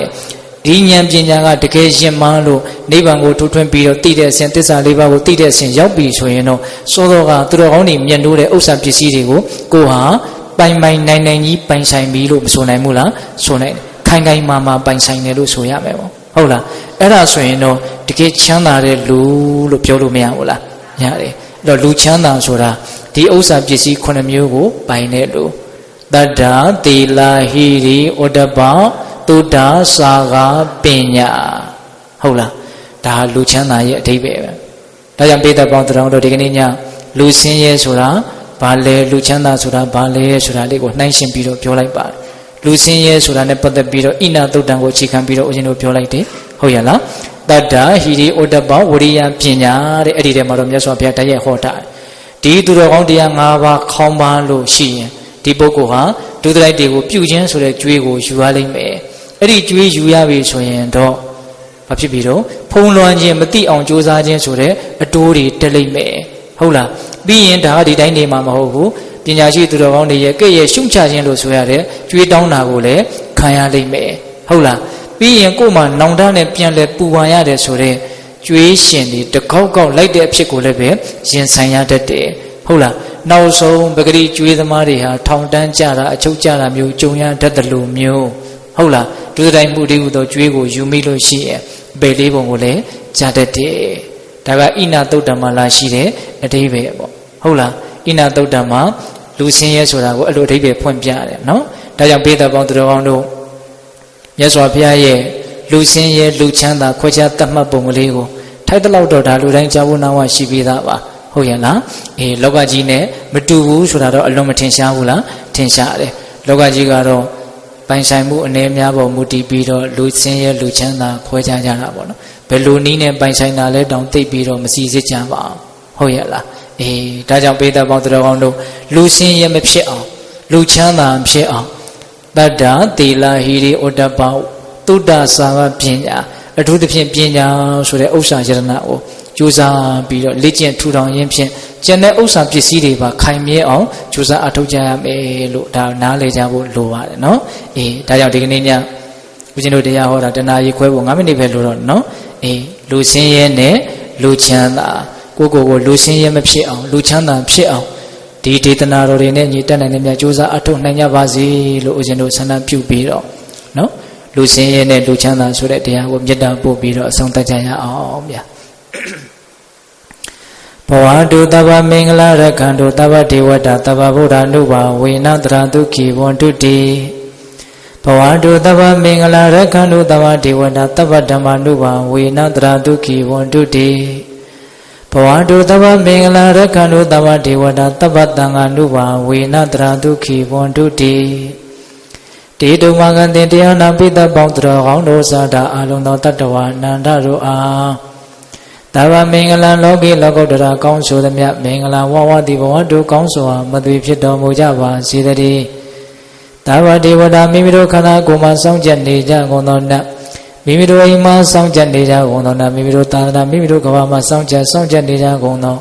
နတ်မြတ်နာကောင်းနာပေါင်းတို့ကလည်းပဲရက္ခဏတို့ကောင်းစွာမသွေဆောင်ရှောက်တော်မူနိုင်ကြပါစေတည်းတဗ္ဗဗုဒ္ဓ ानु ဘာဝေနကင်းငါဝါလူသေးစုမကပွင့်တော်မူကြတဲ့သုသတော်တာဘုရားရှင်ကိုတော်မြတ်တို့ရဲ့တကူတည်သောအနုဘောတော်တို့ကြောင့်၎င်းတဗ္ဗဓမ္မ ानु ဘာဝေနမဲလီရန်ဖူရီတဲ့နိဗ္ဗာန်မတည်သေးဆိုသောစေတသောတရားတော်မြတ်တို့ရဲ့တကူတည်သောအနုဘောတော်တို့ကြောင့်၎င်းတဗ္ဗသံဃာ ानु ဘာဝေနမေကတံလေးရောက်ပလတံလေးရောက်ဆိုသောရှင်ရောက်တော်ရိယသံဃာရှင်မြတ်တို့နဲ့တကွတေလာဂုံသမာဓိဂုံပညာဂုံတို့နဲ့ပြည့်စုံတော်မူကြတဲ့သမုဒိသံဃာအရှင်ကောင်းအရှင်မြတ်ပေါင်းတို့ရဲ့တကုတေဇောအနုဘောတော်တို့ကြောင့်၎င်းတရားနေရောညပါဘေကမဆိုင်ခြင်းရှိတိုင်းဒုက္ခိကိုစိတ်နှပြကြောင့်မှချမ်းသာခြင်းရှိကြကုန်သည်ဘဝတို့ကောင်းစွာမသွေဖြစ်တော်မူကြပါစေတည်း